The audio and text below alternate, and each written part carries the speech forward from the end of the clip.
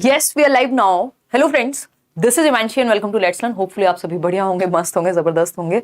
यार पीडीएफ इधर उधर हो गई थी एंड मोमेंट पे और पूरा डिस्टर्बेंस हो गया। ये मान लो दोबारा से सारी चीजें हुई हैं तो टाइम थोड़ा लग गया। बाकी back to back classes already थी। अब बस इतना ही गैप होता है एक क्लास के बीच में कि आप बस पीडीएफ पे नजर मारनी है तो देख लो, नहीं तो नहीं। अब आज तो वो भी नहीं था कई क्लासेस के बीच में, उसमें पीडीएफ हो गई इधर उधर। खैर कोई नहीं, अभी फाइनली चीजें ठीक हैं। कल से 9 बजे ही मिलेंगे। सभी को गुड इवनिंग, नमस्कार, राम राम, सत श्री अकाल, अस्सलाम वालेकुम, what ever you feel connected with. Hopefully आप सभी बढ़िया होंगे। कॉन्सेप्ट ऑफ डेवलपमेंट पे नए इस बार के ऑनलाइन एग्जाम में जो क्वेश्चंस आए हैं अलग अलग शिफ्ट में विद ऑफिशियल आंसर्स, क्योंकि कई बार क्या होता है पेडागोजी में कॉन्सेप्ट्स सही होते हैं सारे, आंसर की अलग जा रही होती है बहुत रेयर सिनेरियोज में। उसका रीजन ये है कि डिपेंड करता है कि वो किस पॉइंट ऑफ व्यू से पूछा गया था क्वेश्चन। तो बिल्कुल ऑफिशियली चलेंगे, थोड़ा सा लेट हो गए, कोई बात नहीं। कुछ लोगों को आप जगा दीजिएगा ऐसे हिला हिला के साइड में, है ना, ऐसे हाथ वाथ लगा के, भैया उठ जाओ क्लास शुरू हो गई है। चलो पोल में जवाब देंगे आप। कुछ 31 क्वेश्चंस हैं इस टॉपिक से, क्योंकि एक एक दो क्वेश्चन आपको हर एक सेट में इस टॉपिक से देखने को मिल जाएगा और 2 क्वेश्चन मिनिमम। तो वो सारे ऑफिशियल ऑनलाइन जो इस बार के लेटेस्ट क्वेश्चंस हैं प्रीवियस ईयर जो आपका अभी जनवरी में पेपर हुआ है। टॉपिक ये हमेशा से आता रहा है, हमेशा आता रहेगा। सीटेट जब तक है या जहाँ पे भी टीचिंग एग्जाम्स होते हैं हमेशा आता है ये टॉपिक।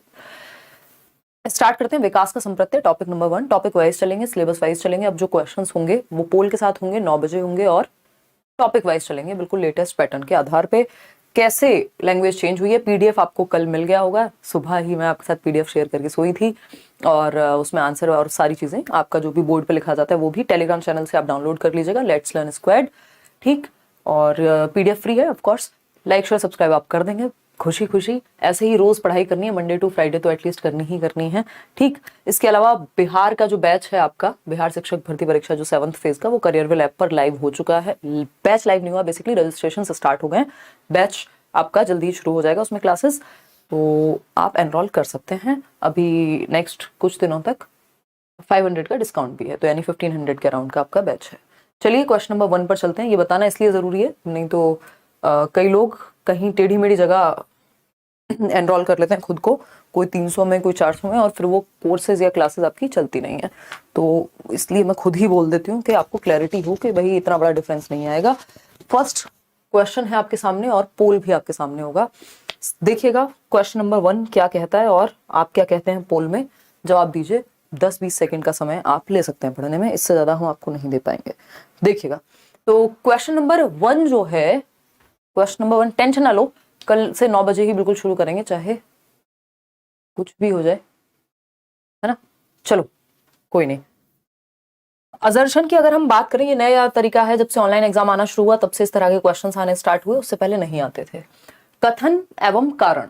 कथन क्या है, अजर्शन क्या है, learning and development are related to each other, यानी अधिगम और विकास जो है एक दूसरे से संबंधित हैं, रिलेटेड हैं, ये बात हम जानते हैं। रीजन क्या है इसका, लर्निंग, तो ये बात तो सही हुई, क्योंकि अभी हम ये बैच में भी पढ़ रहे थे, ये नेक्स्ट टॉपिक के लिए बच गया है कि जो लर्निंग और डेवलपमेंट होते हैं, अधिगम और विकास होते हैं, एक दूसरे से जुड़े हुए होते हैं, इंटर रिलेटेड प्रोसेसेस हैं ये सारी, चाहे वो मैच्योरिटी हो, लर्निंग हो, ग्रोथ हो, ठीक। रीजन क्या है इसका, learning creates new conditions for development, यानी अधिगम विकास के लिए नई स्थितियां सृजित करता है। यानी आपने कुछ सीखा है, उससे आपका विकास भी होगा। भाई आप पढ़ रहे हैं, एफर्ट्स, लर्निंग क्या है, लर्निंग इज बिहेवियरल चेंज या change in relatively permanent change in behaviour due to effort and practice, यानी अभ्यास और अनुभव के आधार पे जब आपके व्यवहार में परिवर्तन हो उसको अधिगम कहते हैं। आप साइकिल चलाना सीख रहे थे, आपने एफर्ट लगाया, प्रैक्टिस लगाया और सीख लिया, आपके व्यवहार में परिवर्तन हो गया लगभग परमानेंटली। तो लर्निंग नए कंडीशंस बनाता है डेवलपमेंट के लिए, कहा जा सकता है। थोड़ा सा फास्ट चलेंगे, ठीक है आज। ट्रू, ठीक। तो both A and R are true, A भी सही है, इसका रीजन भी सही है, इंटर रिलेटेड है, और जिस बारे में ए में बात हो रही थी उसी को एक्सप्लेन किया गया, या उसी के बारे में, लर्निंग के बारे में ही बात की है इन्होंने आर में भी। ऐसा हो सकता है कि ए में कुछ कहें, आर में कुछ कहें, फिर दोनों गलत हो जाएंगे, या जो सही है तो सही है, लेकिन रीजन इसका नहीं होगा। हमें ये देखना है इसका ही रीजन यहां है या नहीं है। अगर ये रीजन कुछ और कह रहा है और यहां कथन कुछ और था, that means R is not the correct explanation of A. अपने आप में इंडिविजुअली ठीक हो सकते हैं। तो आंसर हो गया इसका ए सही, ठीक है। फटाफट से समझेंगे, 1 मिनट का समय देके। Learning creates new conditions for development, यानी अधिगम जो है वो नई परिस्थितियां या स्थितियां सृजित करता है विकास के लिए। विकास में कुछ प्रोसेसेस ऐसी हैं जो ऑटोमेटिक होती हैं, जैसे मैचुरेशन, उस पे आपके बहुत ज्यादा एफर्ट का या प्रैक्टिस का या ट्रेनिंग का बहुत ज्यादा प्रभाव परिपक्वता पे नहीं पड़ता, ठीक है ना। तो डेवलपमेंट में कुछ प्रोसेसेस ऐसी हैं जो ऑटोमेटेड हैं, ये कह देते हैं हम, है ना। और वहीं अगर हम बात करते हैं लर्निंग की, तो लर्निंग तो भैया एफर्ट और प्रैक्टिस के कारण, अभी आप यहां सीख रहे हैं ना, तो एफर्ट मार रहे हैं प्लस प्रैक्टिस कर रहे हैं, उससे आपके बिहेवियर में रिलेटिवली परमानेंट चेंज आ रहा होगा, ठीक है, तो वो लर्निंग कहलाएगी। जबकि डेवलपमेंट में कुछ चीजें समय के साथ अपने आप आ जाती हैं, आपके दांत निकल रहे हैं, खुद से थोड़ी निकालेंगे आप, तो वो मैचुरेशन के कारण खुद से आ जाते हैं। इसमें प्याजे कहते हैं कि डेवलपमेंट से लर्निंग होती है, यानी एज के साथ जो डेवलपमेंट आ रहा है उसके बेसिस पे आप सीख पाएंगे। ये कौन कहता है? प्याजे, ठीक। वहीं वाइगॉस्की की अगर माने, वो कहेंगे पहले बच्चा सीखता है और सीखने से उसका विकास होता है। ये कहेंगे वाइगॉस्की कि भाई आप लर्निंग कर रहे हैं, मान लीजिए आप बहुत रीड करते हैं, रीडिंग हैबिट है आपकी, बहुत अलग अलग तरह की किताबें पढ़ते हैं, इस लर्निंग की वजह से, इस अधिगम की वजह से, क्योंकि लर्निंग मतलब रीडिंग क्या है? एफर्ट है, प्रैक्टिस है, उसमें अभ्यास लगेगा, आपको पढ़ना पड़ेगा, एफर्ट लगेगा। इस लर्निंग की वजह से आपके अंदर डेवलपमेंट आएगा। डेवलपमेंट क्या? बाकी लोगों से ज्यादा मैच्योरिटी या समझ आपकी विकसित हो सकती है। तो ये लर्निंग से डेवलपमेंट का उदाहरण मैंने आपको दिया जो वाइगॉस्की मानते हैं। पियाजे कहते हैं पहले डेवलपमेंट होता है, अगर आपकी एक सर्टेन एज ही नहीं है तो आप वो किताब समझ ही नहीं पाएंगे। डेवलपमेंट जब आपकी एक सर्टेन एज हो जाती है तब आप उस एज के लेवल की चीजें सीख पाते हैं, इसलिए आपका जो करिकुलम है वो एज वाइज बनाया जाता है। दोनों ही बातें अपनी जगह सही हैं। हम कहते हैं डेवलपमेंट और लर्निंग जो है इंटर रिलेटेड है। तो अगर ऐसे लिखा हो डेवलपमेंट ब्रिंग्स लर्निंग और लर्निंग ब्रिंग्स डेवलपमेंट, दोनों बातें सही हैं, बस अलग पर्सपेक्टिव है, एक पियाजे का है, एक वाइगॉस्की का है। कॉम्प्लीमेंट करती हैं ये दोनों प्रोसेसेस, एक दूसरे की पूरक है, ठीक है जी, क्लियर है बात। तो ए भी सही है और आर भी सही है, दोनों बातें एकदम सही है। होपफुली आपको समझ में आ गया होगा। थोड़ा सा स्पीड में मैंने समझाया है क्योंकि आप भी यही चाहते हैं। अभी आज थोड़ा सा हम लेट भी हैं। क्वेश्चन नंबर 2 पर चलेंगे और आप पोल में जवाब देंगे फटाफट से लाइक शेयर करते हुए। विच of the following statements about child development is correct, यानी बच्चों के विकास के बारे में कौन सा कथन सही है। गलत नहीं पूछा, सही पूछा है। बताइए फटाफट से कौन सा कथन सही है। बिल्कुल यार, कल से जल्दी करेंगे क्लास, मैंने बताई आपको समस्या। अब ये बातें छोड़ो, इधर आ जाओ फटाफट से। कौन सा कथन सही है? और भी क्लासेस होते हैं यार बैच में, बहुत कई बार कुछ समस्या हो जाती है।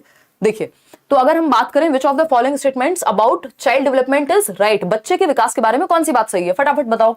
Development is a naturally occurring process but appropriate environment is necessary to facilitate it, यानी ए ऑप्शन कहता है विकास एक सहज रूप से होने वाली प्रक्रिया है, नेचुरली होता है, अनफोल्ड होता है समय के साथ, ठीक है, नेचुरली होने वाली प्रक्रिया है, ठीक। किंतु इसे सुसाधित करने के लिए, यानी बेहतर करने के लिए, फैसिलिटेट करने के लिए, डेवलपमेंट अच्छा हो उसके लिए हम क्या कर सकते हैं? एप्रोप्रिएट एनवायरमेंट या कॉन्ड्यूसिव एनवायरमेंट। कॉन्ड्यूसिव मतलब ऐसा एनवायरमेंट जो हमें आगे बढ़ाए, समृद्ध वातावरण प्रोवाइड कराएंगे तो अच्छा विकास होगा। बिल्कुल सही बात है भाई, बच्चे का डेवलपमेंट हो रहा है, एक एज में वो चलना सीखेगा, लेकिन आपने क्या किया, साथ में उसको एक वॉकर और लाके दे दिया। वॉकर समझते हो ना, जो चलते हुए आवाजें निकालता था पहले, बच्चे को सपोर्ट मिल जाती है, बीच में गिरता नहीं है, वो चलना सीखता है जब, तो वो उसके लिए एक अच्छा एनवायरमेंट हो गया। तो एनवायरमेंट अच्छा होगा तो डेवलपमेंट भी अच्छा हो जाएगा। अपने आप तो हो ही रहा है, चलना तो सीख ही लेगा। ऐसा थोड़ी है जिन बच्चों को वॉकर कभी नहीं मिले उनको माँ बाप उंगली पकड़ के चलना सिखा देते हैं या सीख जाते हैं वो भी बच्चे। लेकिन अगर एनवायरमेंट अच्छा होगा तो बेहतर हो सकता है, सुविधाजनक हो जाएगा जो विकास है। बात तो सही है। Development is pre determined bye genetic factors and can not be modified. भैया ये तो पहली ही बात थी हमने जब पढ़ी थी डेवलपमेंट के बारे में कि मॉडिफिकेशन संभव है, ये एमेंडेबल है, चेंजेबल है, प्लास्टिक इन नेचर है, परिवर्तन संभव है, ठीक है। तो सिर्फ जेनेटिक फैक्टर्स जो है वो प्री डिटरमाइन कर देते हैं, मॉडिफिकेशन संभव नहीं है, ऐसा नहीं है, ठीक है ना, कि हेरिडिटी सेट कर देती है डेवलपमेंट। एनवायरमेंट का भी तो कोई रोल होगा, ठीक। सी ऑप्शन है। अगर हेरिडिटी से तो आप एक साइंटिस्ट के बच्चे हैं और एनवायरमेंट आपको मिला है चोर डकैतों वाला, तो फिर आप किधर जाएंगे? खतरनाक दिशा में मुड़ सकते हैं, है ना।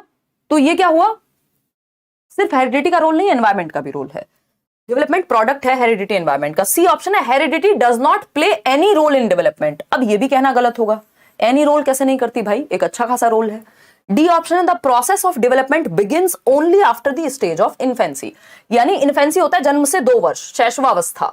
शैशवावस्था के बाद ही विकास की प्रक्रिया शुरू होती है। हाँ, हम तो यहाँ मूंगफली छील रहे हैं, हम जो कहते हैं वोम टू टूम जाता है, कह कह के चिल्ला चिल्ला के पिछले 6.5 साल में है, हमारे बाल सफेद हो गए 1-2, तो हम यहाँ पे ये कह रहे हैं कि शैशवावस्था से शुरू होगा विकास, भैया गर्भ से शुरू हो जाएगा, वूम्ब से शुरू होगा, कॉन्सेप्शन पीरियड से शुरू होगा, गर्भाधान से शुरू हो जाएगा और मृत्यु तक जाएगा। डेवलपमेंट प्रोसेस हमने कल परसों भी पढ़ा था, जो एक सेशन हुआ था आपका 2-4 दिन पहले, कि डेवलपमेंट क्या है, certain changes between conception and death. मतलब गर्भ से मृत्यु के बीच होने वाले कुछ परिवर्तनों को विकास कहते हैं, ठीक है, जिसको आप कॉन्सेप्शन पीरियड कह लीजिए। इसके कई नाम है, ध्यान रखिएगा। अभी आपसे स्टेजेस भी पूछेगा, एक क्वेश्चन है जिसमें सारे, क्योंकि मैंने सभी प्रकार के क्वेश्चन मिक्स कर दिए हैं जितने भी ऑनलाइन में इस बार हुए हैं डेवलपमेंट के। इसको प्रीनेटल पीरियड कह सकते हो, प्रसव पूर्व अवस्था, ठीक। इसको आप वूम्ब कह सकते हो, यानी गर्भ, ठीक। ये क्या हुआ, प्रेगनेंसी पीरियड कह सकते हो। ये सारे पीरियड जो है जन्म से पहले की बात है और डेथ तक चलेगा, कॉन्टिन्यूअस है डेवलपमेंट, ज्यादातर लोग यही मानते हैं, है ना, लाइफ लॉन्ग चलेगा, कॉन्सेप्शन टू डेथ या टूम्ब, वूम्ब टू टूम्ब, यानी कब्र तक, ठीक है। अब यहां पे धर्म मत ले आइएगा बीच में, इसका मतलब है जीवन पर्यंत। क्लियर है बात। तो ये प्रीनेटल पीरियड से, प्रसव पूर्व अवस्था से, अभिमन्यु की शिक्षा आपने सुनी होगी, गर्भ से शुरू हो जाती है विकास की प्रक्रिया। आपका ब्रेन का डेवलपमेंट, आपकी बहुत सारी चीजें जो है बॉडी की वो विकसित होने लगती हैं। तो आपका डेवलपमेंट तो गर्भ से शुरू हो गया था और कब्र तक जाएगा, ऐसा नहीं है कि जन्म के बाद शुरू होता है। तो ये आपको मूर्ख बनाने के लिए ऑप्शंस दिए जाते हैं कि आप भटके ना, इनको कहते ही डिस्ट्रैक्टर्स हैं। A option is the right answer. आगे बढ़ेंगे, क्वेश्चन नंबर 3 पोल में आप जवाब देंगे। क्वेश्चन नंबर 3 क्या कहता है, बहुत ही प्यारा क्वेश्चन।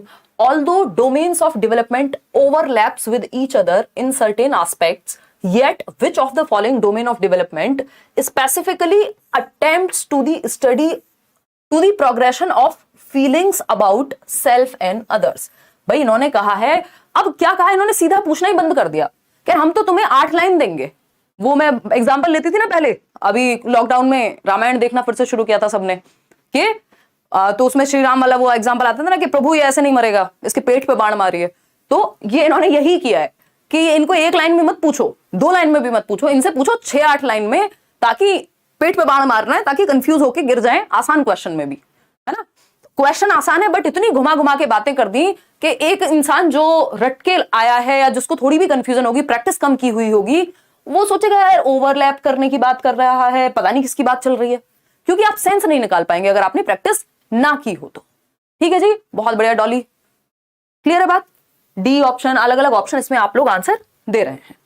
तो यद्यपि विकास के क्षेत्रों का कुछ आयामों में परस्पर व्यापन होता है या ओवरलैप करते हैं, इसका मतलब क्या है, इंटर रिलेटेड है। विकास के 3 मुख्य पक्ष हैं एज पर एनसीईआरटी, पीसीएसई, ये एसई एक साथ ही काउंट होते हैं इसलिए 3 पक्ष कह देते हैं, अगर इनको अलग अलग करना हो तो 4 कह सकते हो। फिजिकल, कॉग्निटिव, सोशल, इमोशनल, यानी हमारा शारीरिक विकास, संज्ञानात्मक विकास, शारीरिक विकास, सामाजिक और इमोशनल, ये चारों जो हैं आपस में जुड़े हुए हैं, या ये तीनों क्या हैं, जुड़े हुए हैं। बात तो सही है, इंटर रिलेटेड है, अंतः संबंधित है।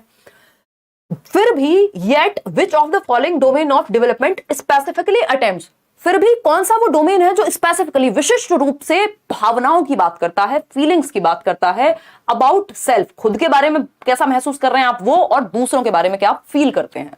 फीलिंग एस्पेक्ट, इसको अफेक्टिव एस्पेक्ट या अफेक्टिव डोमेन भी कहते हैं बीएस ब्लूम की भाषा में, ठीक है ना, संवेगात्मक पक्ष कहते हैं इसको। तो अफेक्टिव डोमेन जो है वो इमोशनल डेवलपमेंट से जुड़ा हुआ होता है, आपके इमोशंस से। फीलिंग कहां से आएगी, इमोशंस से। इमोशनल डेवलपमेंट, आप कैसा फील करते हैं खुद के बारे में, दूसरों के बारे में, कितने अवेयर हैं अपने इमोशंस को लेकर के। मॉरल डेवलपमेंट सही और गलत के बारे में है, आपके कुछ सिद्धांत, कुछ वैल्यूज होते हैं जो सही और गलत की तरफ आपको लेके जाते हैं। और मॉरल वैल्यू या मॉरल डेवलपमेंट किसका पार्ट है, सोशल डेवलपमेंट का, सामाजिक विकास का, ठीक। लैंग्वेज डेवलपमेंट किसका पार्ट है, कॉग्निटिव डेवलपमेंट का, संज्ञानात्मक विकास का। फिजिकल डेवलपमेंट अपने आप में ही मेजर प्रकार है डेवलपमेंट का, जिसमें मोटर स्किल्स का विकास आता है, गत्यात्मक, gross and fine motor skills, ठीक है। ये बेसिक बातें हैं जो हमें पता होनी चाहिए। संवेगात्मक विकास जल्दी में नहीं सीखना है, अगेन थोड़ा सा टाइम ले लेना है। मेरी खुद की स्पीड ज्यादा होती है बट कोशिश करिए ये एक्स्ट्रा बातें जो बताई जा रही हैं इनको दिमाग में बिठा लीजिए या कहीं नोट कर लीजिए, ठीक है ना। अगर हम बात कर रहे हैं, हिंदी में बता देंगे, परेशान ना हो। अगर हम बात कर रहे हैं, 2-4 दिन लगते हैं, बहुत सारे लोग हैं जो अभी नए जुड़े हैं, पहली बार देख रहे हैं, क्योंकि इस बार की सीटेट की क्लास जस्ट अभी शुरू की है मैंने, ठीक है ना। तो उस केस में आपको किसी भी टीचर को 2-4 दिन देने होते हैं ताकि आप उसके पेस को मैच कर पाओ, उसके वे को मैच कर पाओ, आपको समझ में आए चीजें अच्छे से, है ना। देखिएगा एक बार, तो एक चीज होती है इमोशनल डेवलपमेंट। हमने समझ लिया कि हमारे इमोशंस का डेवलपमेंट, जब हम पहले दिन स्कूल गए थे, रोते पीटते गए थे, 4 लोग लेके जाते थे पुराने जमाने में स्कूल, तब जाकर के जाते थे। बाद में आप खुद से स्कूल चले जाते हैं, बल्कि घर वाले कहें छुट्टी कर लो बेटा, आप कहें अरे आप तो घर पे काम कराओगे यार, मैं तो जा रही हूँ, यहाँ जा रहा हूँ स्कूल। बाद में आप में क्या हुआ, इमोशनल इंटेलिजेंस आ गई। अब आपको पता है अपने इमोशंस को कैसे मैनेज करना है। इंटेलिजेंस मतलब बुद्धि। तो इमोशनल इंटेलिजेंस एक टर्म है जिसपे एक क्वेश्चन आता ही, अभी कल परसों भी मैंने एक सेट कराया था तो क्वेश्चन कराया था आपको। इमोशनल इंटेलिजेंस पे एक क्वेश्चन आता है, इमोशनल इंटेलिजेंस या ईक्यू या ईआई कह देते हैं इसको, इमोशनल कोशेंट या इमोशनल इंटेलिजेंस। बेसिकली ये इंपॉर्टेंट है बच्चे में डेवलप होना, इसको इंटेलिजेंस से IQ is more important than EQ ये कह दिया जाता है। Sorry, EQ is more important than IQ, यानी आपकी IQ से, आपका बुद्धि का स्तर कितना है, आप एवरेज हैं, गिफ्टेड हैं, उससे भी ज्यादा इंपॉर्टेंट है कि आप इमोशनली इंटेलिजेंट हैं कि नहीं है, आपका इमोशनल कोशेंट कितना है। तो EQ is more important than IQ itself, ऐसा कहते हैं डेनियल गोलमैन। तो ये जरूरी क्यों है, क्यों, अगर आप बहुत बुद्धिमान व्यक्ति हैं बट आपका अपने इमोशंस पे कंट्रोल नहीं है, कोई कुछ कह दे आप भड़क जाते हैं, दो थप्पड़ लगा देते हैं, कहीं कुछ और कर देंगे, कहीं किसी को मतलब गुस्सा आ गया, बाइक चला दी तेज, फिर निकल लिए, है ना, ईश्वर को प्यारे हो गए। तो इमोशंस पे कंट्रोल नहीं है, तो इसका मतलब आप इमोशनली इंटेलिजेंट नहीं है। इमोशनल इंटेलिजेंस दिया किसने था 1990 में, ये क्वेश्चन पूछे जा चुके हैं, ये नहीं पूछा है कि दिया किसने था, बट डेनियल गोलमैन पे क्वेश्चन आ चुका है प्रीवियसली।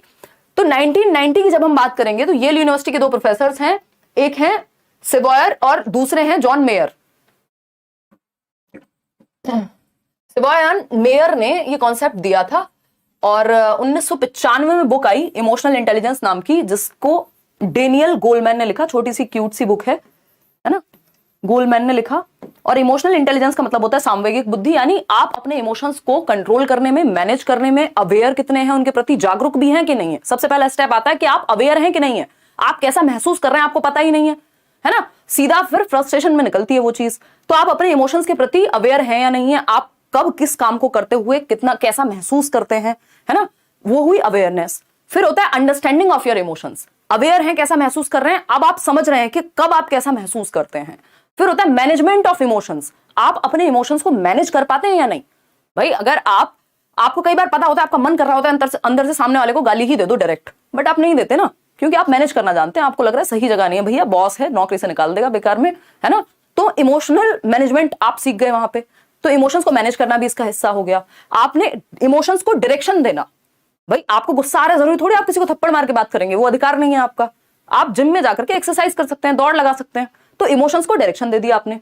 ठीक, अब इसमें कुछ एस्पेक्ट्स हैं, जैसे सेल्फ रेगुलेशन, यानी खुद को रेगुलेट करना इमोशंस पे, खुद पे, है ना। मोटिवेशन भी इसका एक एस्पेक्ट है। एम्पैथी मतलब आप में समानुभूति है, आप खुद को दूसरे की जगह रख के देख पाते हैं, तब भी आपका इमोशनल इंटेलिजेंस बेटर होगा। सेल्फ अवेयरनेस, खुद के इमोशंस को लेके अवेयरनेस। सोशल स्किल्स, कहां कैसा बिहेव करना है, ये सब कंपोनेंट्स हैं किसके, इमोशनल इंटेलिजेंस के। इसमें 4 चीजें मुख्य हैं जो आप एक बार यहां देख सकते हैं, और ये पूछा जा चुका है इमोशनल इंटेलिजेंस के अराउंड क्वेश्चन। अगर हम बात करें 4 मुख्य चीजें, परसीविंग इमोशंस, अगर आप बच्चे को चाहते हैं कि वो इमोशनली इंटेलिजेंट बने, यानी इमोशंस को कैसे परसीव कर रहे हैं आप। कई बार सामने वाला गुस्से में नहीं होता, उसका तरीका ही वैसा होता है। जैसे कई लोगों को लग सकता है यार हिमांशी तो बहुत एटीट्यूड में रहती है, आप मिले, बात की, आपका वो परसेप्शन चेंज हो गया। क्यों? क्योंकि आपने वो इमोशन को परसीव किया हुआ था। हो सकता है मेरी टोन ही वैसी हो, या किसी और की भी, ऐसे भी बहुत सारे लोग हो सकते हैं ना, वो नॉर्मल भी बोलते हैं, लगता है गुस्से में बोल रहे हैं बेचारे। तो परसीविंग इमोशंस यानी हम इमोशंस को परसीव कैसे कर रहे हैं, है ना, हम उनका परसेप्शन कैसा बना रहे हैं, हमारा एक नजरिया कैसा क्रिएट हो रहा है उनके प्रति। तो परसीविंग इमोशंस, कि हम ठीक से परसीव कर पाए इमोशंस को। अंडरस्टैंडिंग इमोशंस, हम इमोशंस को समझ पाए कि भाई किसी के साथ कोई घटना घटी है, ब्रेकअप हुआ है, तो 4 दिन हमारा दोस्त दुखी रह सकता है, अभी उसका वो वाला फेज चल रहा है, तो हम समझ रहे हैं इमोशंस को, तो हम इमोशनली इंटेलिजेंट हुए। ठीक, बच्चे के केस में भी आप डिफरेंट चीजें अप्लाई कर सकते हैं। यूजिंग इमोशंस, किस इमोशन को कहां यूज करना है। बच्चे को डांटना है तो हंसने वाला इमोशन थोड़ी यूज करोगे, कि या खुशी वाला इमोशन कैसे यूज करोगे डांटते हुए। हालांकि डांटना मतलब उस तरह से सही नहीं है, बट आप डिस्कस भी कर रहे हो, कोई सीरियस बात भी कह रहे हो क्लासरूम में, तब भी आप इमोशंस को यूज करोगे। हर एक बात में कोई ना कोई इमोशन तो आप यूज करते ही हैं। मैनेजिंग इमोशंस, यानी अपने इमोशंस को आप मैनेज कैसे करेंगे। ठीक है, ये सारी बातें आ गई, यानी emotional awareness of your emotions, management of your emotions, understanding of your emotions, perceive कैसे कर रहे हैं, यूज कैसे करेंगे।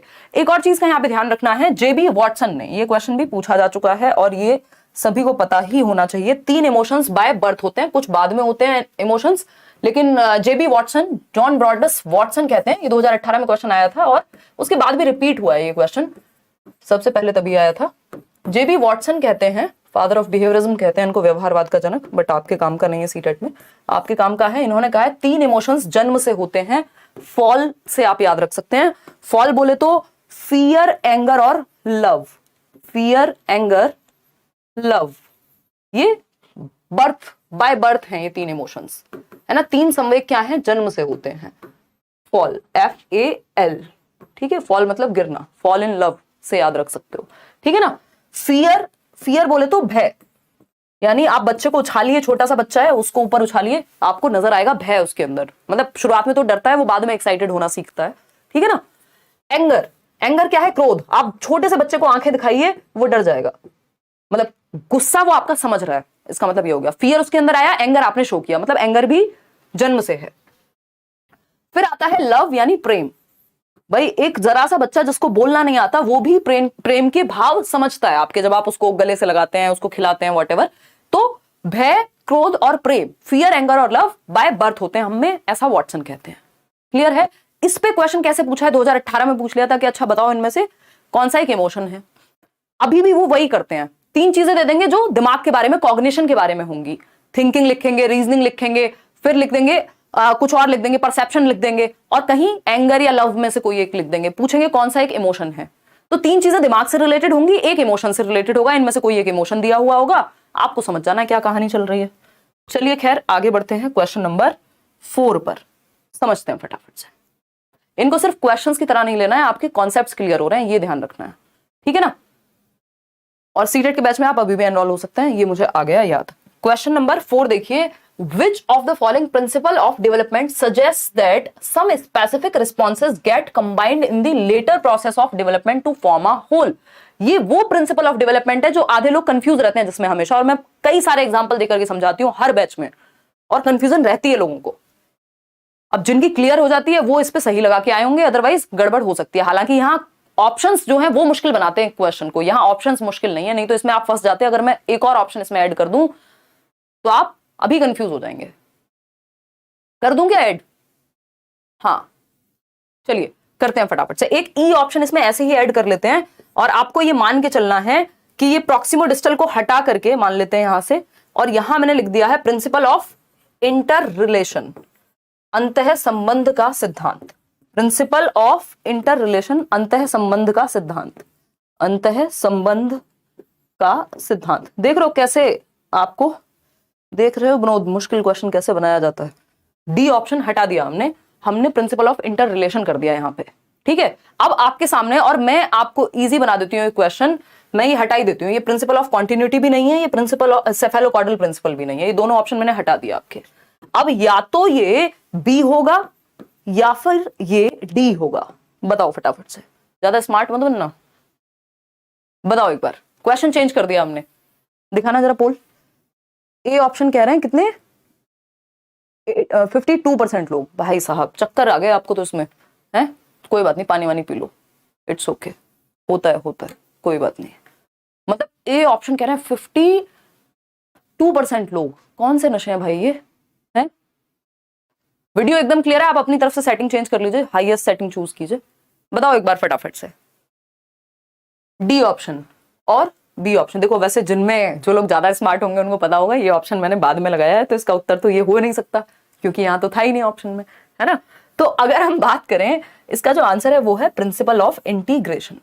प्रिंसिपल ऑफ इंटीग्रेशन और इंटर रिलेशन में इतने लोग कंफ्यूज होते हैं, और ठीक से लोग इसको क्लियर कर भी नहीं पाते। समझते हैं फटाफट से क्या कहानी है दोनों को ही, फिर हम आएंगे चारों ऑप्शंस को समझने पे। ठीक, 2 बातें हैं, एक है प्रिंसिपल ऑफ इंटर रिलेशन, पहले इसको समझेंगे तो दूसरा आसानी से समझ में आ जाएगा। ठीक है, अब वो जमाने नहीं रहे कि आप बस डीप में ना पढ़ें और काम चल जाए। ठीक, और दूसरा है प्रिंसिपल ऑफ इंटीग्रेशन, लिख लेते हैं। ठीक है जी, इंटीग्रेशन याद आ रहे हैं कुछ लोगों को, एग्जाम्पल बैच में पढ़े होंगे तो, या मैराथन वगैरह देखे होंगे तो। इंटर रिलेशन होता है अंतः संबंध। अंतः संबंध किसका? विकास के 3 पहलू हैं, अभी हमने बात की थी ना, ब्रॉड जो डोमेन है वो 3 है मुख्य रूप से, जिसको हम कई बार 4 कह देते हैं प्यार से, बट नंबर्स में पूछेगा तो 3 है। वो क्या है? PCSE। ठीक, SE साथ में है, यानी फिजिकल, कॉग्निटिव, सोशल, इमोशनल। भाई शरीर में चोट लगेगी, अच्छा महसूस नहीं करोगे उस दिन। कोई घटना घट जाए जीवन में, किसी की डेथ हो जाए, अब फिजिकली तो ठीक हो लेकिन इमोशनली परेशान हो सकता है कई लोगों को बुखार चढ़ जाए, उनकी बॉडी जो है शारीरिक विकास भी उनका प्रभावित हो जाए। बचपन में चोट लग जाती है, बाकी एस्पेक्ट हो सकता है दिमाग का विकास ठीक से ना हो क्योंकि शरीर का विकास ठीक से नहीं हुआ, और व्हाटसोएवर, ठीक, मतलब इसका वाइस वर्सा भी ट्रू हो सकता है कि दिमाग में चोट लग गई तो शरीर का विकास ठीक से नहीं हुआ, ठीक है ना। तो अगर हम बात करते हैं पीसीएसई की, तो पीसीएसई क्या है, इंटर रिलेटेड है। चारों ही प्रकार जो है विकास के इंटर रिलेटेड है, एक दूसरे को प्रभावित करते हैं, शरीर दिमाग को, दिमाग शरीर को, और शरीर इमोशंस को। अगर आप फिट नहीं है तो आप अच्छा महसूस नहीं करते, है ना। तो ये चारों या तीनों क्या है, इंटर रिलेटेड है। बात ठीक है।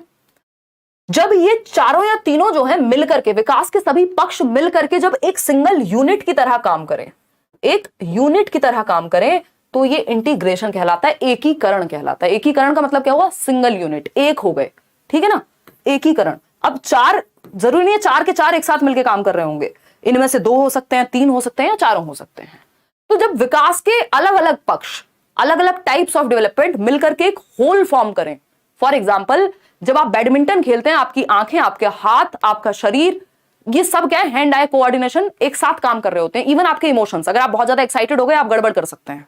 तो आपका पूरे जितने भी टाइप्स ऑफ डेवलपमेंट है मिल करके क्या चल रहे हैं, एक सिंगल यूनिट के रूप में चल रहे हैं। जब आप कोई भी काम करते हैं, अभी जैसे मैं ये लिख रही हूं तो मैं बोल भी रही हूँ, साथ में और भी चीजें हो रही हैं यूज, दिमाग का भी मेरा इस्तेमाल हो रहा है, शरीर भी मैं इधर से उधर घूम रही हूँ, है ना, या आप भी उधर से पोल में आंसर कर रहे हैं या लिख रहे हैं, ठीक, सोच भी रहे हैं, साथ में पढ़ भी रहे हैं फटाफट से।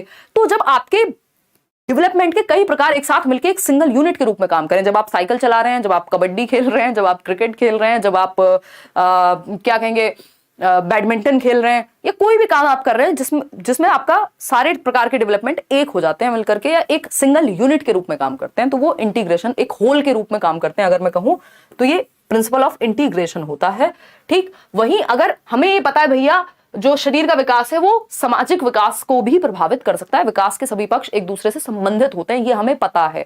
इसको इंटर रिलेशन कहते हैं, कि रिलेशन है, ओवरलैप कर सकते हैं। अभी आया था ना एक क्वेश्चन, ओवरलैप करते हैं, तो इन शब्दों को ही ध्यान में रखना है, पेपर में शब्दों पे ही उलझते हैं लोग। इंटर रिलेशन की जगह ओवरलैपिंग भी लिख सकता है वो। इंटीग्रेशन का मतलब है एक होल के रूप में काम कर रहे हैं। आते हैं वापस इस क्वेश्चन पे और आपका कंफ्यूजन करते हैं दूर, ठीक, फटाफट से।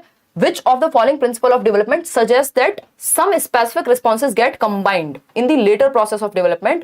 धीरे धीरे क्या होता है, हम कंबाइन करना सीख जाते हैं, इसी तरह से हम लिखना, खेलना, बाकी चीजें सीखते हैं, एक होल के रूप में काम करता है। इसको प्रिंसिपल ऑफ इंटीग्रेशन कहते हैं, ठीक है। प्रॉक्सिमोडिस्टल होता है, बच्चा पहले अपनी हथेली पे उसका पकड़ आएगी, कोई आप उसको पेन भी दोगे तो वैसे पकड़ेगा, बाद में वो सिर्फ 2 उंगलियों से पकड़ लेगा, यानी जनरल टू स्पेसिफिक जाना, ग्रॉस टू फाइन मोटर भी इसको ही कह सकते हैं हम। सेंटर टू पेरिफेरी, केंद्र से सीमाओं की ओर, प्रॉक्सिमोडिस्टल के पहले बच्चे की रीढ़ की हड्डी डेवलप होती है, फिर बाकी आर्म्स पे कंट्रोल, शोल्डर पे कंट्रोल आएगा, फिर आर्म्स पे यानी हाथों पे कंट्रोल आएगा, हाथों से भी फिर ये वाला जो हैंड्स हैं इन पे कंट्रोल आएगा आर्म्स के बाद, फिर इन हैंड्स से भी, हथेली से भी किस पे, उंगलियों की तरफ।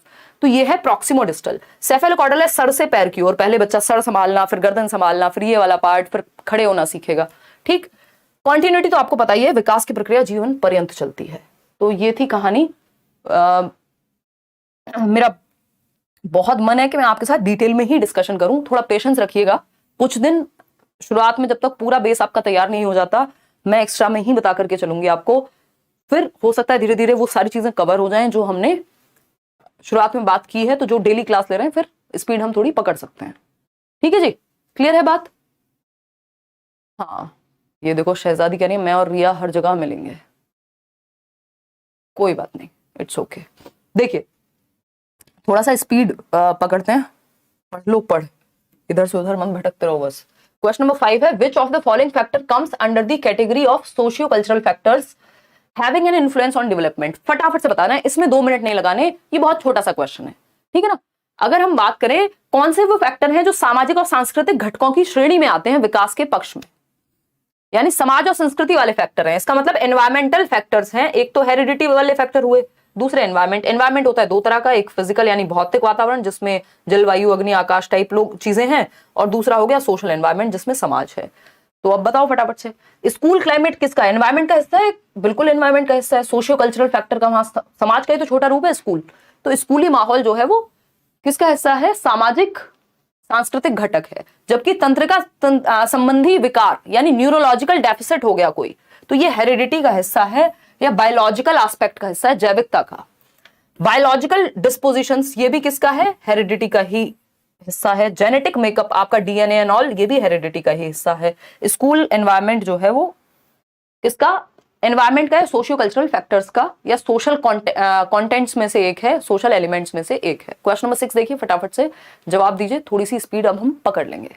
नितिन कह रहे हैं hello ma'am, Nitin here from Chhattisgarh Ambikapur, आपके सपोर्ट की वजह से मैं 28 सीडीपी में और ओवरऑल 120 स्कोर किया हूँ, you are the inspiration. Thank you Nitin, बहुत बढ़िया। देख रहे हो विनोद, नितिन कितने अच्छे नंबर लेकर आ रहे हैं। खैर छोड़िए, क्वेश्चन नंबर 6 बता दीजिए नितिन, ऑल द बेस्ट आगे के लिए।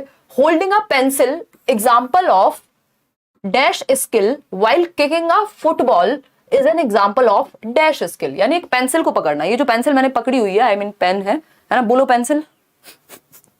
ये मैंने अभी कल परसों ही सीखा है अपने बहन भाई से, है बताओ। तो पेंसिल को पकड़ना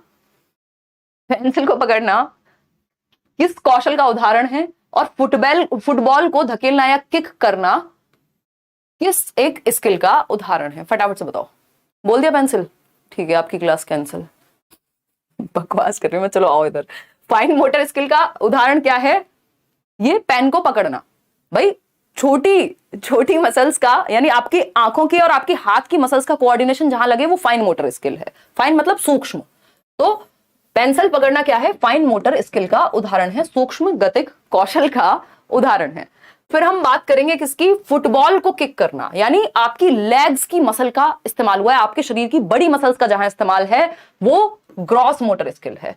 तो यहां पे क्या बात हुई है, पेंसिल को पकड़ना ग्रॉस फाइन मोटर, और किसको पकड़ना, फुटबॉल को लात मारना क्या है, ग्रॉस मोटर, क्योंकि उसमें लेग्स की और आर्म्स की अगर मसल्स का यूज हो रहा है तो वो लेग्स और आर्म्स की मसल का, जैसे भागने में यानी रनिंग में, जंपिंग में, है ना, और आपका ये किकिंग ऑफ फुटबॉल, ये सारी चीजें ग्रॉस मोटर में आएंगी। फाइन में आपका लिखना, लिखना बेसिकली राइटिंग, ड्राइंग, पेंटिंग, ये सारी चीजें, निटिंग, बुनाई, ये सब फाइन में आएंगे। ठीक, सोशल और इमोशनल का यहाँ कोई रोल नहीं है ना। तो A option is the only right option over here. हंसते नहीं हो आजकल आप लोग, बहुत सीरियस हो गए हो मुझे लग रहा है, या तो ये कमेंट्स आगे पीछे चल रहे हैं। मेरे जोक को आपने वेस्ट कर दिया, अब मैं बहुत शर्मिंदा हूँ ये पीजे मारने पे। अगली बार मैं अच्छा जोक क्रैक करूंगी। देखिएगा एक बार क्वेश्चन नंबर 7 देखिए फटाफट से। Which of the following is not correct in the context of development, विकास के विषय में कौन सी बात सही नहीं है, यानी डेवलपमेंट के बारे में कौन सी बात सही नहीं है। बोलो पेंसिल तेरी शादी कैंसिल, तनु कह रहे हैं बहुत बढ़िया, खेल लो।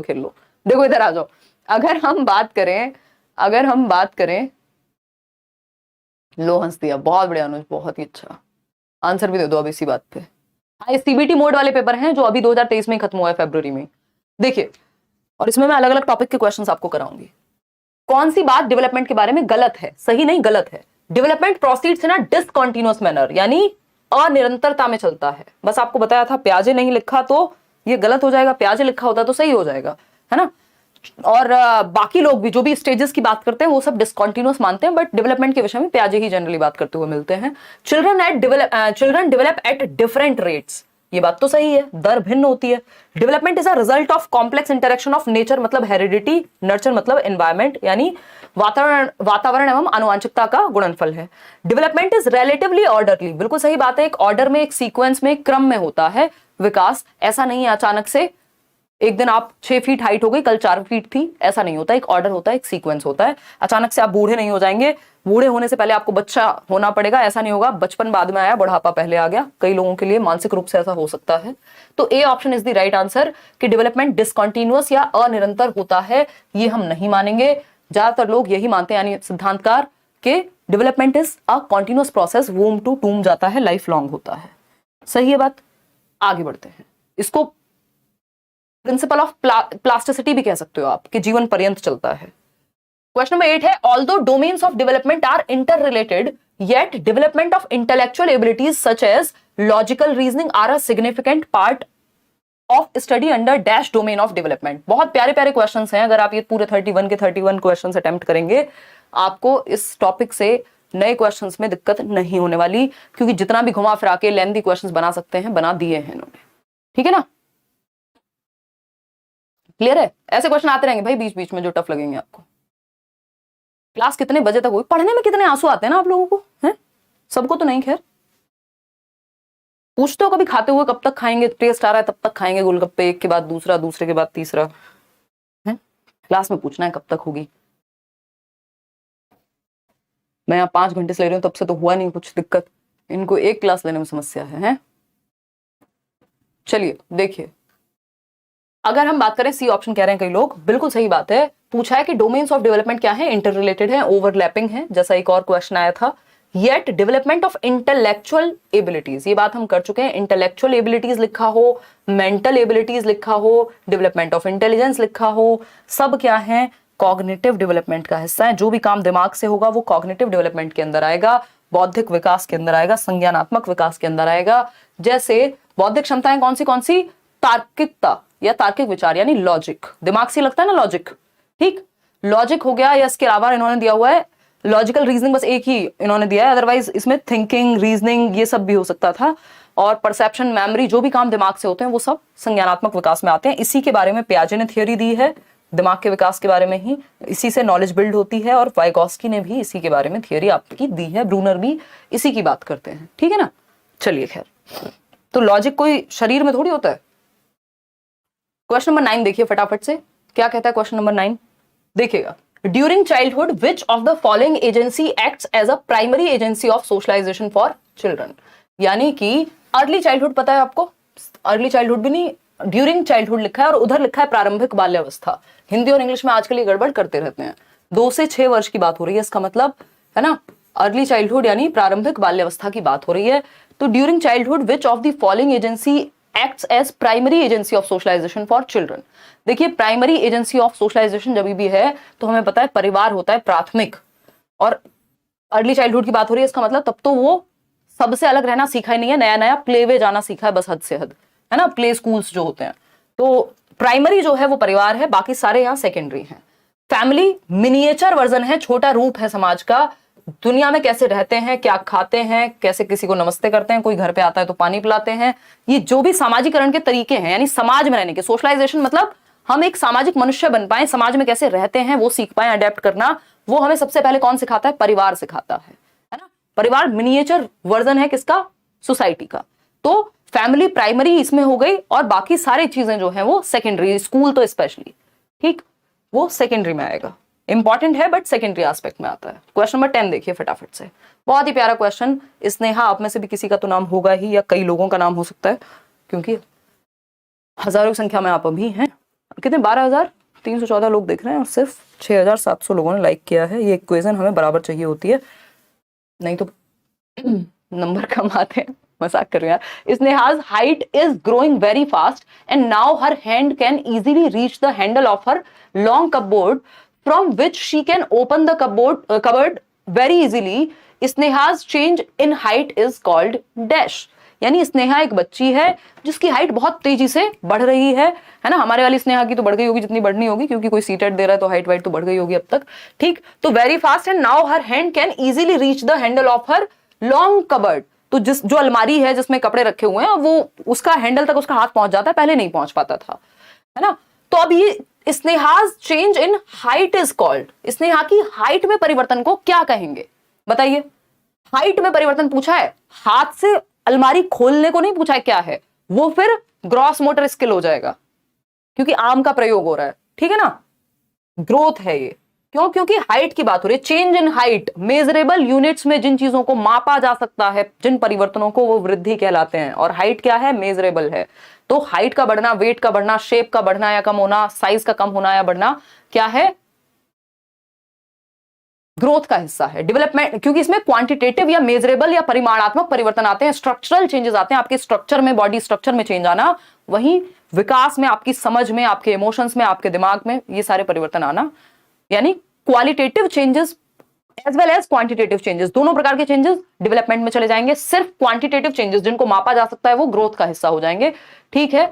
अफसा कह रहे हैं आप मैम आप बहुत मजाक करते हैं। अरे करते रहना चाहिए यार मजाक, कोई इतना सीरियस होकर कहाँ जाना है, पढ़ाई तो ऐसे भी हो रही है ना अच्छे से, थोड़ा माहौल लाइट रहेगा तो आपको समझ में भी आएगा। देखिए question number 11, the rate of development of each child, यानी प्रत्येक बच्चे की विकास की दर बताइएगा। फर्स्ट ऑप्शन है is determined at the time of conception and environment does not play any much role in it. भैया ये कह रहे हैं विकास की दर तो निश्चित हो जाती है गर्भ के समय ही, और अब कोई भी एनवायरमेंट का फैक्टर इस पे कुछ नहीं कर पाएगा। मतलब बच्चे को खाना पिलाना, सूसू पॉटी कराना सब बंद कर दो, क्योंकि हेरिडिटी ने सब कुछ निश्चित कर दिया है गर्भ के समय ही, एनवायरमेंट का कोई रोल नहीं है। तो ये हो गई निपट मूर्खता की बात। फिर आते हैं बी ऑप्शन पे, unfolds in a dynamic manner, यानी परिवर्तनशील, चेंजेबल। डायनेमिक मतलब ये परिवर्तनशील है, आनुवांशिकता और पर्यावरण की अंतःक्रिया के माध्यम से गतिशील तरीके से उभरती है जो दर है आपकी। अगर आप बच्चे को अच्छा खिला पिला रहे हैं, अच्छी ट्रेनिंग दे रहे हैं, तो विकास अच्छे से होगा, दर बढ़ जाएगी, तेजी से वृद्धि और विकास होगा। उसको ऐसी एक्टिविटीज करा रहे हैं जिससे उसका दिमाग अच्छा डेवलप हो, तो क्या होगा? तो unfolds in a dynamic manner through the interaction of heredity and environment. तो हेरिडिटी और एनवायरमेंट, जो आपके जेनेटिक्स हैं, जीन्स और जैसा एनवायरमेंट मिल रहा है, उन दोनों की गुणनफल से, उन दोनों के प्रोडक्ट की वजह से जो पेस ऑफ डेवलपमेंट है, रेट ऑफ डेवलपमेंट है, वो अनफोल्ड होगा। ठीक है जी। सी ऑप्शन है can be accurately predicted. Accurately कोई प्रिडिक्ट नहीं कर सकता। Can be predicted to a level, और समवॉट प्रिडिक्टेड हो सकता है कि कुछ हद तक आप अनुमान लगा सकते हैं बच्चे के लक्षण देख करके कि ये इस तरफ जाएगा। ऐसा नहीं कि आप पूरी तरह से अनुमान लगा दें, है ना। अगर ऐसे प्रिडिक्शन की बात करें तो फिर जो थॉमस एल्वा एडिसन थे, उनको तो कह ही दिया था स्कूल से कि भैया तुम तो जाओ घर, तुम्हें नहीं आता वाता कुछ और तुम नहीं पढ़ पाओगे, अपने बच्चे को ले जाओ, ऐसा कह दिया उनकी मदर को। बाद में वो फिर साइंटिस्ट बने। तो एक्यूरेटली तो कोई प्रिडिक्ट कर ही नहीं सकता, उनके उस समय के लक्षणों को देख के अनुमान लगाया गया, लेकिन सही प्रिडिक्शन थोड़ी हुआ। तो हमेशा प्रिडिक्शन सही होगा या अनुमान सही होगा वो जरूरी नहीं है, चाहे वो आपका ज्योतिष हो, चाहे वो कोई और हो, है ना।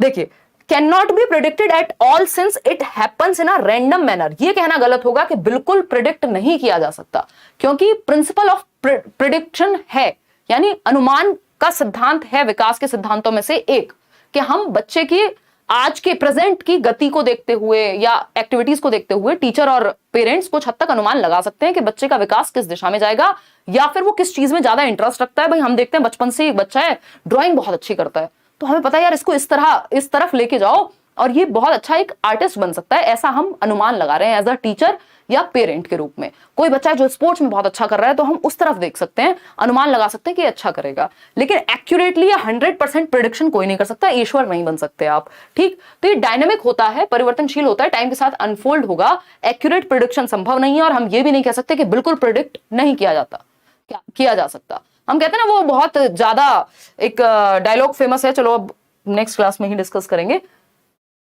कई लोगों को स्पीड की चिंता है, कल से 9 बजे क्लास शुरू होगी और किसी ने कहा कि स्पीड में चलो, तो देखना फिर क्या ही कर लेंगे। वैसे इतनी दूर से ब्लॉक करने के सिवा, ब्लॉक भी नहीं करते यार, बुरा लगता है।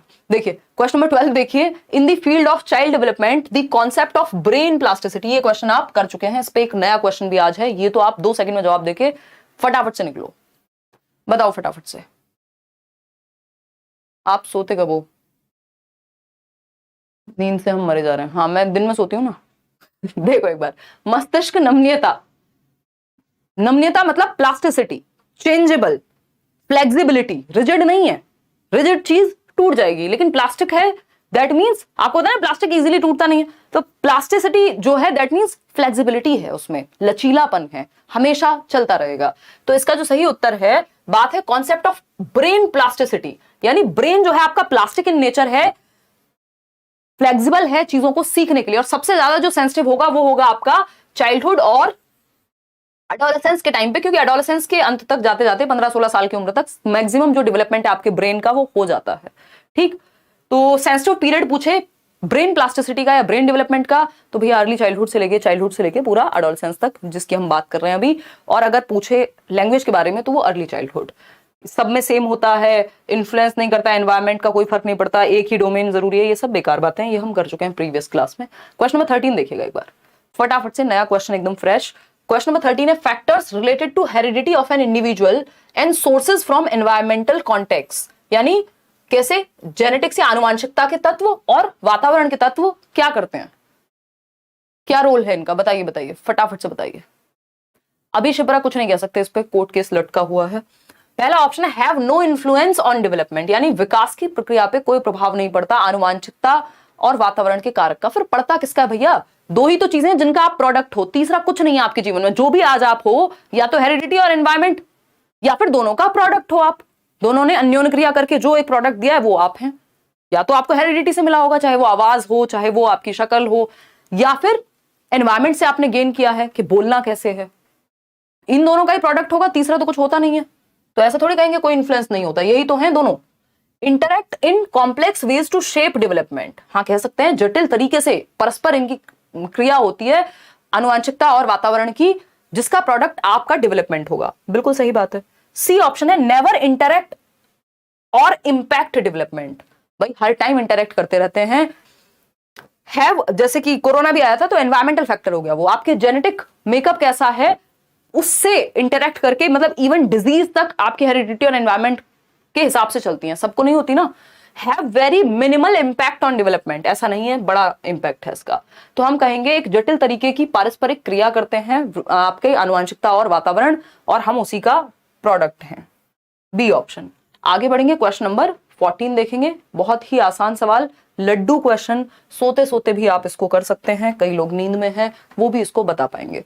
पहला जो क्वेश्चन है, question number 14, which domain of child development deals with the affective component. Affective, effective नहीं, इफेक्टिव होता है प्रभावशाली, अफेक्टिव होता है भावात्मक, ठीक है ना।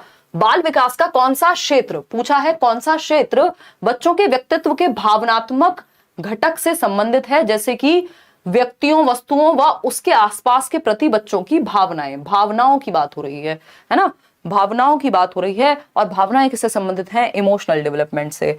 और इमोशनल डेवलपमेंट कहाँ है? यहाँ है, ठीक है ना। सामवेगिक विकास, इसका हिंट मैंने आपको एक और क्वेश्चन में दिया था आज, अगर आपने ध्यान दिया होगा तो। विकास के तीन मुख्य पक्ष पीसीएस और ई, ये एक साथ ही जुड़े हुए हैं। फिजिकल, कॉग्निटिव, सोशल, इमोशनल, या सोशियो इमोशनल भी कह देते हैं। इस इमोशनल पक्ष को अफेक्टिव डोमेन भी कहते हैं, जो बीएस ब्लूम की टेक्सोनॉमी है।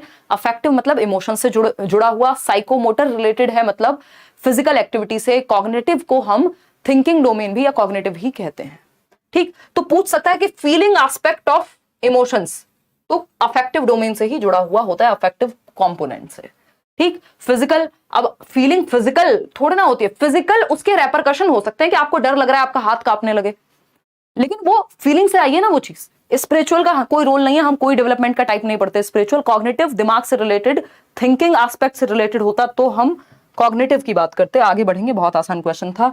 चलिए क्वेश्चन नंबर 15 देखिएगा। 31 क्वेश्चंस करने हैं हमें, 15 और बचेंगे इसके बाद बस। क्वेश्चन नंबर 15 है, in the context of physical development, शारीरिक विकास के संदर्भ में यदि हम बात करें, children acquire dash before achieving the capacity to use dash, यानी बच्चे पहले शारीरिक विकास के क्रम में पहले क्या एक्वायर कर लेते हैं, कौन सी चीज बाद में आती है। तो पहले बच्चे ग्रॉस मोटर स्किल्स को एक्वायर करते हैं, बाद में फाइन को, या पहले फाइन मोटर स्किल्स आ जाती हैं, बाद में ग्रॉस आती हैं, पहले लैंग्वेज आती है, बाद में एनालिटिकल रीजनिंग आती है। अब जो समझदार व्यक्ति होगा उसने देख लिया, पूछा तो था फिजिकल डेवलपमेंट के इन the context of physical development, यहां ये कह रहे हैं रीजनिंग की बात हो रही है, कॉग्निटिव डेवलपमेंट की कहानियां गाने लग गए, तो ये दोनों ऑप्शन तो बनते ही नहीं है भाई। जब बात ही फिजिकल डेवलपमेंट की हो रही है तो हम कॉग्निटिव को क्यों यहां काउंट करें, हम संज्ञानात्मक की बात क्यों करें, यहां पे खत्म हो गए, ये दोनों ऑप्शंस एलिमिनेट कर दिए। यही एलिमिनेशन मेथड है कि आप अपनी समझदारी से दो ऑप्शन तो शुरुआत में हटा सकते हैं अगर चाहें तो, ठीक है ना।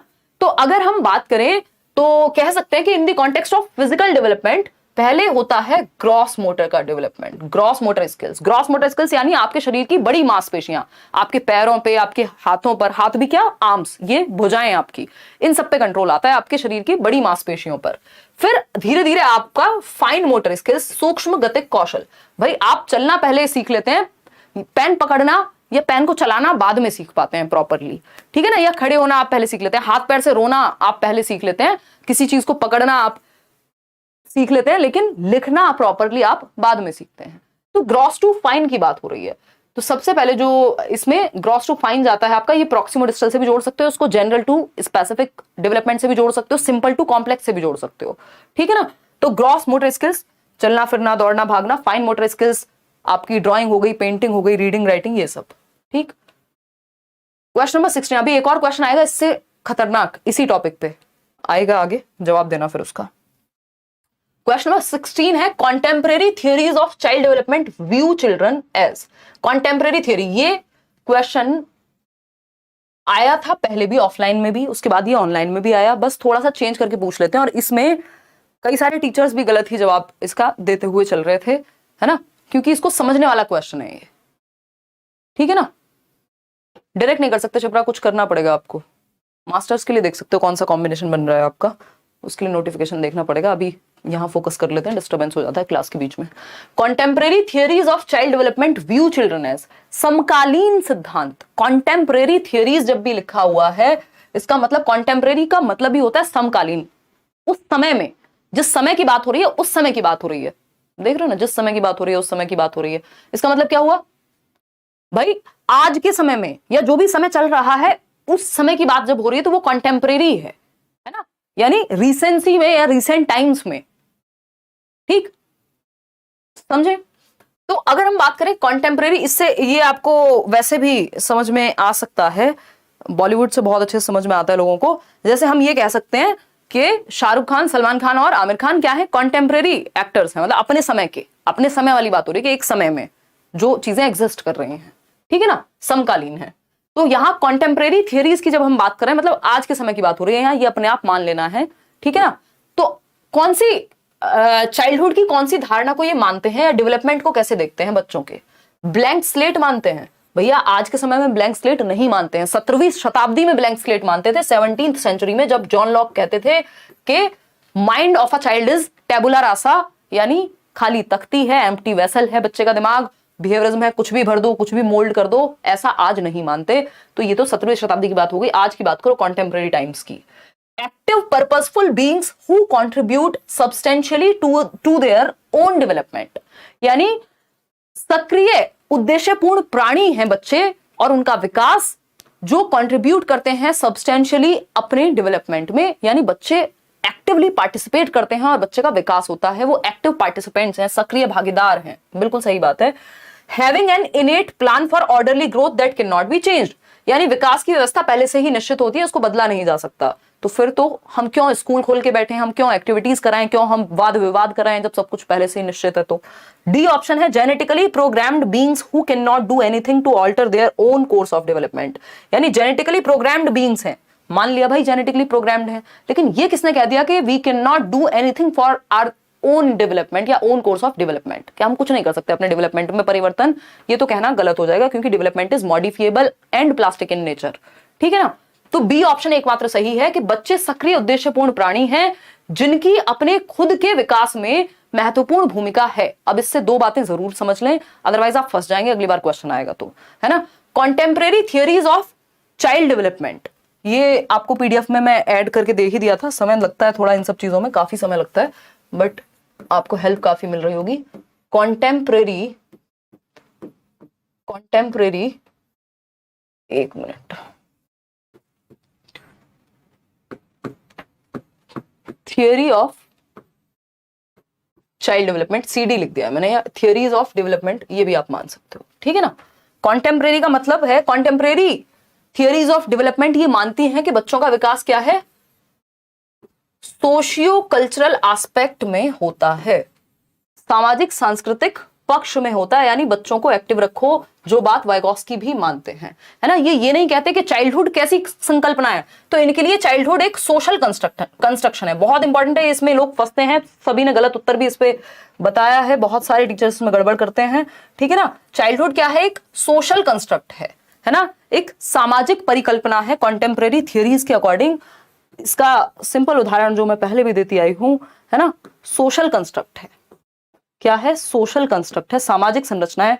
क्या, विकास जो है, या बचपन जो है, स्पेशली बचपन का मतलब यहां भाई आपके घर का बच्चा और एक गरीब व्यक्ति के घर का बच्चा, कैसे वो 7 साल की उम्र में बाहर बलून बेच लेता है ना, भीख मांग लेता है, अपना पेट भर लेता है, दुकान से जाके 4 चीजें ले आता है, और आपके घर का 7 साल का बच्चा खुद से दूध नहीं उठा के पी पाता। चाइल्डहुड क्या हो गया, एज वाला फैक्टर नहीं हुआ, फिक्स्ड नहीं हुआ, सोशल कंस्ट्रक्ट हो गया, या सोशियो कल्चरल अप्रोच से प्रभावित हो गया। तो चाइल्डहुड इनके अकॉर्डिंग क्या है, सोशियो कल्चरल एस्पेक्ट में देखा जाता है, ना कि फिक्स्ड एज में देखा जाता है। समझ पा रहे हैं बात को। तो ये यहां पे ध्यान रखना है कि कॉन्टेम्परेरी थियरीज एक तो ये मानती हैं कि बच्चे को एक्टिव बीइंग रखना है, जो डेवलपमेंट है वो एक्टिव कंस्ट्रक्शन से होगा, बच्चे को सक्रिय रखो आप, ठीक। दूसरी बात, चाइल्डहुड क्या है, एक सोशल कंस्ट्रक्ट है, सामाजिक संकल्पना है, एज से ज्यादा इंटरेक्शन, सोशियो कल्चरल एस्पेक्ट में इंटरेक्शन, समाज और संस्कृति किन लोगों में वो रह रहा है और कैसे इंटरेक्ट करेगा, वो विकास को प्रभावित करेगा या निर्धारित करेगा, ठीक। तो इसको कई तरीके से पूछा जा सकता है। आगे बढ़ते हैं क्वेश्चन नंबर 17 पे। क्वेश्चन नंबर 17 क्या कहता है, पोल में जवाब देंगे आप फटाफट से। क्वेश्चन नंबर 17 कहता है which of the following statement is correct in the context of development, विकास के संदर्भ में कौन सा कथन सही है, बताइएगा फटाफट से बताएंगे आप। और मैं 2 घूंट पानी पीने की आज्ञा अगर आपकी हो तो अच्छा रहेगा।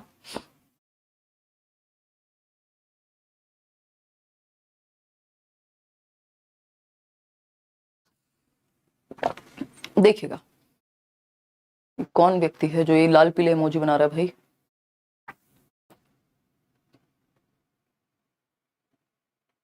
करा लेना श्रेया। देखिए बताइए फटाफट से कौन से फॉर्म की बात कर रहे हो, ये तो बता दो। डी कह रहे हैं ज्यादातर लोग। देखते हैं विकास के बारे में कौन सी बात सही है। पहला option, development depends only on environmental factors. ये जो ओनली वाले ऑप्शंस होते हैं इनकी संभावना अपने आप में ही कम होती है, ये एक्सट्रीम की बात करते हैं, है ना, या तो ये बिल्कुल अंतहीन एक तरफ लेके जाएंगे आपको, जबकि ऐसा नहीं होता ना लाइफ में ना यहाँ पे डेवलपमेंट के विषय में कि आप एक्सट्रीम में चले जाएं। बच्चे के लिए कोई बात ऐसी है जो उसके लिए खतरनाक है, तब तो आप जा सकते हैं, अदरवाइज नहीं। तो ओनली वाले ऑप्शन से थोड़ा सा बच के रहना होता है, बहुत कम चांसेस होते हैं ये सही हो। Development depends only on the heredity, भैया ओनली कैसे, बाकी फैक्टर्स भी तो हैं, एनवायरमेंट भी तो है। Development is a temporary change of short duration, ये मैंने आपको पहले दिन ही बताया था। जैसे लर्निंग होती है उसी तरह से डेवलपमेंट भी रिलेटिवली परमानेंट है, रिवर्सिबल नहीं है, मॉडिफिएबल है। अच्छा, ऐसा नहीं है बस कोई शॉर्ट ड्यूरेशन के लिए रैंडम चेंज नहीं है, कोई अचानक से परिवर्तन हो गया। Development continues in a holistic and systematic manner, ये बात बिल्कुल सही है कि संपूर्ण रूप में होता है। आपके दिमाग का, आपके शरीर का, आपके सामाजिक और संवेगात्मक विकास के सारे पक्ष आ जाते हैं इसमें। दूसरा पीओएस बताया था आपको, progressive orderly and sequential changes, ठीक है ना, एक ऑर्डर में, एक क्रम में होता है। आगे बढ़ेंगे, डी ऑप्शन यहां सही था। क्वेश्चन नंबर 18 देखिए, बहुत छोटा सा क्यूट सा लड्डू सा सवाल है। कहता है the field of child development, जो बाल विकास का क्षेत्र है वो कैसा है बताइए। बाल विकास का क्षेत्र कैसा हो, बताओ एक बार। एक और अवैज्ञानिक, भैया ऐसा थोड़ी हो सकता है जो इतनी बड़ी रिसर्च जहां हो चुकी है वो यूनिटरी है, भाई मल्टी डायमेंशनल होगा ना, बहुआयामी होगा। नॉन साइंटिफिक कैसे हो जाएगा, बिना लॉजिक की थियरी प्रूव हो जाएगी, कोई भी थियरी आती है तो उसमें लॉजिक तो होता ही है। फिर आते हैं बी ऑप्शन पे, फिक्स्ड एंड स्टैटिक। फिक्स्ड होता तो हम ये नहीं कह रहे होते कॉन्टेम्परेरी थियरीज क्या कहती हैं चाइल्डहुड के बारे में, इतने सारे थियरिस्ट हैं और सब अलग अलग बातें कहते हैं कई बार। तो ये डायनेमिक है, परिवर्तन इसमें होता रहता है, स्टैटिक नहीं है, कोई हेरिडिटी थोड़ी है कि फिक्स हो गया आपके आंखों का रंग अब बदला नहीं जा सकता। कई बार रिसर्च जिस बात को सही कहती है 10 साल बाद उसको गलत भी कह देती है ना। तो परिवर्तन तो इसमें होता रहता है, फिक्स्ड नहीं है भाई। डेवलपमेंट तो खुद फिक्स्ड नहीं है, वो डायनेमिक या प्लास्टिक है, ठीक। डायनेमिक है, परिवर्तनशील है, चेंजेबल है, मॉडिफिएबल है। इंटरडिसिप्लिनरी एंड डायनेमिक, अरे वाह, ये तो सीधा सीधा ही मिल गया हमको। तो इंटरडिसिप्लिनरी यानी विकास के जो पक्ष हैं वो सब जुड़े हुए हैं। बाल विकास बाकी एस्पेक्ट्स में भी प्रभावित करेगा, बच्चे का दिमाग, शरीर और आपका इमोशनल एस्पेक्ट, ये सब क्या आपको लाइफ में प्रभावित नहीं करते, बिल्कुल करेंगे। तो चाहे आप इसको सब्जेक्ट के रूप में लें, चाहे आप इसको व्यक्ति के अंदर माने, सब क्या है, इंटरडिसिप्लिनरी है, अंतः विषयात्मक है, ये कह सकते हैं। तो बाल विकास का जो क्षेत्र है, और हम क्यों पढ़ रहे हैं, क्योंकि बाकी सब्जेक्ट्स में भी इसका रोल हमें देखने को मिलता है, क्योंकि जैसे बच्चे का विकास होगा वैसे वो चीजें सीख पाएगा। एम्बिगुअस एंड एंशिएंट, पुराना हो चुका है, और एम्बिगुअस है यानी कंफ्यूजिंग है, प्राचीन है, अस्पष्ट है, ऐसा नहीं है, स्पष्टता इसमें है अगर कोई पढ़े तो C option is the only right answer. आगे बढ़ेंगे क्वेश्चन नंबर 19 पर, बहुत ही प्यारा, आप सबका प्यारा दुलारा फेवरेट क्वेश्चन, बस इसके ऑप्शन चेंज कर दिए हैं। देखते हैं कितने लोग चक्कर खा के गिर जाएंगे। ये क्वेश्चन पे अगर आप अटके तो बिल्कुल अच्छी बात नहीं होगी। The correct sequence of periods of child development, यानी जो पीरियड्स हैं, स्टेजेस हैं किसके, बाल विकास की, जो बाल विकास के चरण हैं, जब हम उनकी बात करेंगे तो सही सीक्वेंस कौन सा है, यानी सही एक सीक्वेंस में होता है, एक क्रम में होता है, एक ऑर्डर में होता है डेवलपमेंट, ये बात हमें पता है, लेकिन सही ऑर्डर कौन सा है ये पूछा है हमसे। बताइएगा फटाफट से, फटाफट से बताएंगे। देखिए इन्फेंसी पहले होता है भैया, इन्फेंसी पहले हो सकता है यदि प्रीनेटल नहीं लिखा होता तो, है ना। इन्फेंसी क्या है, जन्म से 2 वर्ष, जबकि प्रीनेटल है प्रसव पूर्व अवस्था, जब आप गर्भ में हैं, कॉन्सेप्शन पीरियड जिसको हम कह रहे हैं। तो भैया पहले गर्भ में जाओगे कि पहले पैदा हो जाओगे, है ना। तो इन्फेंसी तो जन्म की बात करेगा ना, तो जन्म से कैसे हो सकता है जब प्रीनेटल दिया हुआ है ऑप्शन में। तो ऑप्शन के अकॉर्डिंग समझना है हमें चीजों को, ठीक है ना, क्लियर है। देखो गलत, क्योंकि प्रीनेटल बाद में कैसे आ सकता है, बच्चा गर्भ में बाद में गया और पहले दुनिया में आ गया, वाह वाह, फिर क्या जरूरत थी भाई गर्भ में जाने की। ठीक, तो ये 9 मंथ्स बिफोर बर्थ है, ये 0 to 2 ईयर्स है, ये 2 to 6 ईयर्स है अर्ली चाइल्डहुड। एडोलेसेंस 12 से 18 वर्ष, किशोरावस्था जिसको हम कहते हैं। मिडिल चाइल्डहुड 6 से 12 या 8 के बीच में भी कई लोग दे देते हैं। बेसिकली अर्ली चाइल्डहुड और लेट चाइल्डहुड के बीच की जगह ढूंढ करके मिडिल चाइल्डहुड फिट कर देते हैं। तो ये तो गड़बड़ हो गया, एडोलेसेंस के बाद मिडिल चाइल्डहुड। भैया ऐसे थोड़ी होता है, एक सीक्वेंस होता है कि बचपन बाद में आया, किशोरावस्था पहले आ गई है। Prenatal, early childhood, infancy, middle childhood and adolescence. देखिए प्रीनेटल ठीक था, बिल्कुल ठीक था, लेकिन इन्फेंसी इसके बाद आना था, इन्होंने अर्ली चाइल्डहुड को बीच में डाल दिया, गड़बड़ हो गई बात। दिखाना इसमें कितने लोग सही उत्तर दे रहे हैं, 78%। मतलब इससे आसान ऑप्शन दुनिया में अवेलेबल नहीं है आज के समय में, फिर भी आप गलत उत्तर दे रहे हैं, बताओ। 68% लोग सही दे रहे हैं, ये भी खुशी की बात है, या 70। प्रीनेटल बिल्कुल सही है, इन्फेंसी बिल्कुल सही है, अर्ली चाइल्डहुड एकदम सही है, एडोलेसेंस सही है, बट ये मिडिल चाइल्डहुड यहाँ क्यों डाल दिया भाई। तो अगर आपने पूरा क्वेश्चन ठीक से नहीं पढ़ा, आप जल्दबाजी में वहां जल्दबाजी ही कराएंगे, जल्दी करनी थी, जल्दबाजी कराएंगे और नंबर चला जाएगा। अब बचता ही एक ऑप्शन है, यही सही होगा। Prenatal, infancy, early childhood, middle childhood, adolescence, बिल्कुल सही बात है। अर्ली चाइल्डहुड की जगह अगर लेटर चाइल्डहुड लिखा होता तब भी सही होता। तो डी ऑप्शन एकमात्र सही उत्तर है यहाँ, है ना। चलिए खैर आगे बढ़ेंगे। क्वेश्चन नंबर 20 देखिएगा, अभी बहुत प्यारे प्यारे क्वेश्चन बाकी हैं। Development is the result of nature and nurture. Nature किसको कहते हैं हम, प्रकृति को। प्रकृति क्या है, हेरिडिटी है, जिसको परिवर्तित नहीं किया जा सकता। इसको स्टैटिक मानते हैं या फिक्स्ड मानते हैं। भाई आपके आंखों का रंग, आपकी, थैंक गॉड इसमें ऑप्शन में नहीं है, मुझे लगा मैंने उत्तर ही बता दिया आपको, है ना। आपकी आंखों का रंग क्या स्थिर है कि चेंज हो जाता है हर दूसरे दिन। अब वो लड़के या लड़कियां ये ना कहें जो अपना लेंस लगा के चेंज कर लेते हैं कि हमारा तो स्थिर नहीं है, हमारा तो डायनामिक है ना। तो स्टैटिक है, फिक्स्ड है। हेरिडिटी कोई आसानी से चेंज नहीं होती। आपका मन किया, आपने कहा ये वाली आंखें अच्छी नहीं लग रही, ये वाली आवाज बढ़िया नहीं लग रही, चेंज करवाओ उसे, है ना। ये ऐसे नहीं होता। वहीं अगर हम एनवायरमेंट की बात करें तो जिसको हम नर्चर कह रहे हैं, पोषण कह रहे हैं, तो इसको तो आप कभी भी बदल दो। आज आप गांव में रहते हो, कल शहर में चले जाओ, शहर में रहते हो गांव में चले जाओ, देश बदल दो, दुनिया बदल दो, चांद पे चले जाओ कुछ दिन बाद। तो नर्चर यानी एनवायरमेंट, प्रकृति एवं पोषण विवाद बोलते हैं उसको। एनवायरमेंट को बदला जा सकता है, ये डायनेमिक होता है, नेचर फिक्स होता है, स्टैटिक होता है, हेरिडिटी। बताइए जरा किसका रिजल्ट है, एलिनेशन का, मतलब अलग अलग कर दो हेरिडिटी और एनवायरमेंट को, नहीं। डिसजंक्चर का, वियोजन का, फिर से अगेन वही बात अलग कर दो। इंटरैक्शन का भाई, है ना, interaction of nature and nurture या product of nature and nurture. Independent नहीं है एक दूसरे से, इंटर रिलेटेड है। इंटरैक्शन होता है, अंतःक्रिया होती है दोनों की, प्रकृति एवं पोषण की, तब विकास बनता है। डेवलपमेंट बराबर हेरिडिटी इनटू एनवायरमेंट, कौन कहता है, Woodworth. The pace of child development यानी विकास की जो गति है, बाल विकास की गति की बात हो रही है, दर की बात हो रही है। स्पेस को रेट भी कह सकते हैं, रेट ऑफ चाइल्ड डेवलपमेंट, ठीक है। आपको इनकी लफ्फाजी में उलझना नहीं है ना, आपने घबराना नहीं है। क्यों, क्योंकि ये लैंग्वेज घुमा घुमा के, शब्द बदल बदल के आपको कंफ्यूज करने की कोशिश करते हैं एग्जामिनर, आपको नहीं फंसना इनमें, ठीक है ना। बहुत बढ़िया जी, आप भी आ रहे हो मैम प्रयागराज? नहीं यार अभी तो मेरी बात नहीं है इस बारे में कुछ। देखिएगा अगर हम बात करें बाल विकास की गति, देखते हैं pace of child development dash is uniform, standard and is disorderly. यानी कि यूनिफॉर्म है, सबके लिए एक जैसा है, पेस, स्टेज तो एक जैसी है, पेस थोड़े ना है। डिसऑर्डरली या नहीं ऑर्डरली होता है, इसका मतलब गलत हो गया। हैज इंडिविजुअल वेरिएशंस यानी इंडिविजुअल डिफरेंसेस होते हैं, आप में दर भिन्न हो सकती है, मेरे में दर भिन्न हो सकती है, बट डिसऑर्डरली तो नहीं होता। तो ये सेकेंड पार्ट गलत हो गया। सी ऑप्शन है is uniform, standard and is somewhat sequential and orderly. मतलब कि यूनिफॉर्म है यानी सबके लिए एक जैसा है, स्टैंडर्ड है, and somewhat sequential and orderly, कुछ हद तक सीक्वेंस में भी है और ऑर्डरली भी है, may be. Has individual variations and somewhat sequential and orderly, ये क्या किया है इन्होंने। अच्छा देखा ना कितने लोग क्या आंसर कर रहे हैं, डी ऑप्शन, ठीक है ठीक है।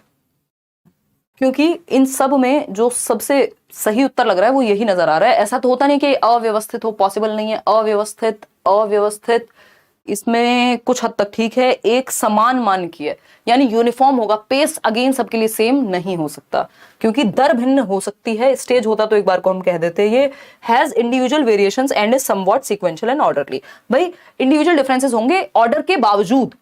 दो बच्चे चाइल्डहुड में ही हैं, दोनों 6 साल के हैं, बट उनमें इंडिविजुअल डिफरेंसेस हो सकते हैं। किसी में भाषा के विकास की दर फास्ट होगी, किसी में थोड़ी स्लो होगी, तो रेट में वेरिएशन पाया जा सकता है इंडिविजुअल डिफरेंसेस की वजह से। डी ऑप्शन सही है, जो आप लोगों ने दिया भी सही है। क्वेश्चन नंबर 22 देखिए फटाफट से। At which age are childrens activities primarily focused on use of large muscles for. बहुत अच्छा क्वेश्चन, देखिएगा क्या पूछा है हमसे। किस उम्र में बच्चों की जो एक्टिविटीज हैं वो मुख्य रूप से फोकस्ड होती हैं लार्ज मसल्स पर, यानी बड़ी मांसपेशियों पर, for gross motor rather than fine motor movements. यानी बच्चे किस उम्र में स्थूल गतिक कौशलों का प्रयोग करते हैं या बड़ी मांसपेशियों का प्रयोग करना सीख जाते हैं बजाय कि सूक्ष्म के।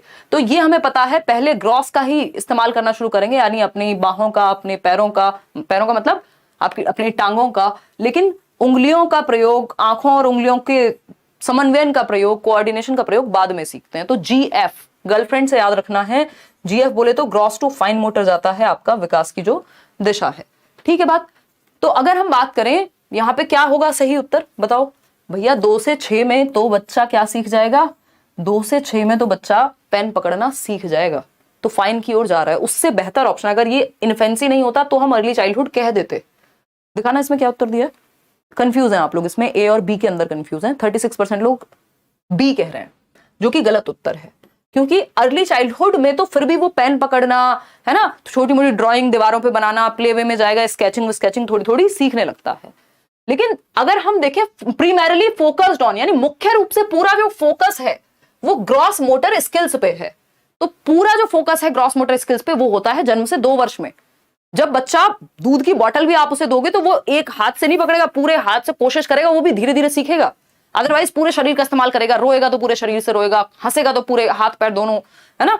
तो ये क्या है, इन्फेंसी है, जब बड़ी मांसपेशियों का मुख्य रूप से इस्तेमाल होता है जन्म से 2 वर्ष। फाइन मोटर तो कुछ खास डेवलप हुई ही नहीं है अभी। अर्ली चाइल्डहुड में तो बहुत चांसेस हैं कि फाइन मोटर स्किल्स डेवलप होना शुरू हो जाए। ठीक, तो ए ऑप्शन यहां सही है, ना कि बी। इसमें आप गड़बड़ ना करें, ठीक है। बाकी तो जितना आगे जाते जाएंगे अर्ली चाइल्डहुड के बाद आपकी डेवलप ही हो रही है fine motor skills, early childhood में भी काफी हद तक हो जाती हैं।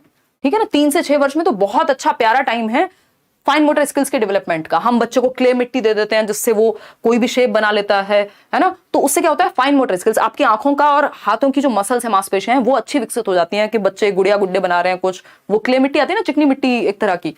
तो ये इन्फेंसी में लेकिन मुख्य रूप से बड़ी मांसपेशियों का ही प्रयोग है, क्योंकि वो रोएगा भी तो शरीर से रोएगा, कुछ ऐसा कुछ पेन वेन पकड़ना या कुछ भी उसके मतलब की बात नहीं है जन्म से 2 वर्ष वाले बच्चे के लिए। क्वेश्चन नंबर 23 देखिए फटाफट से।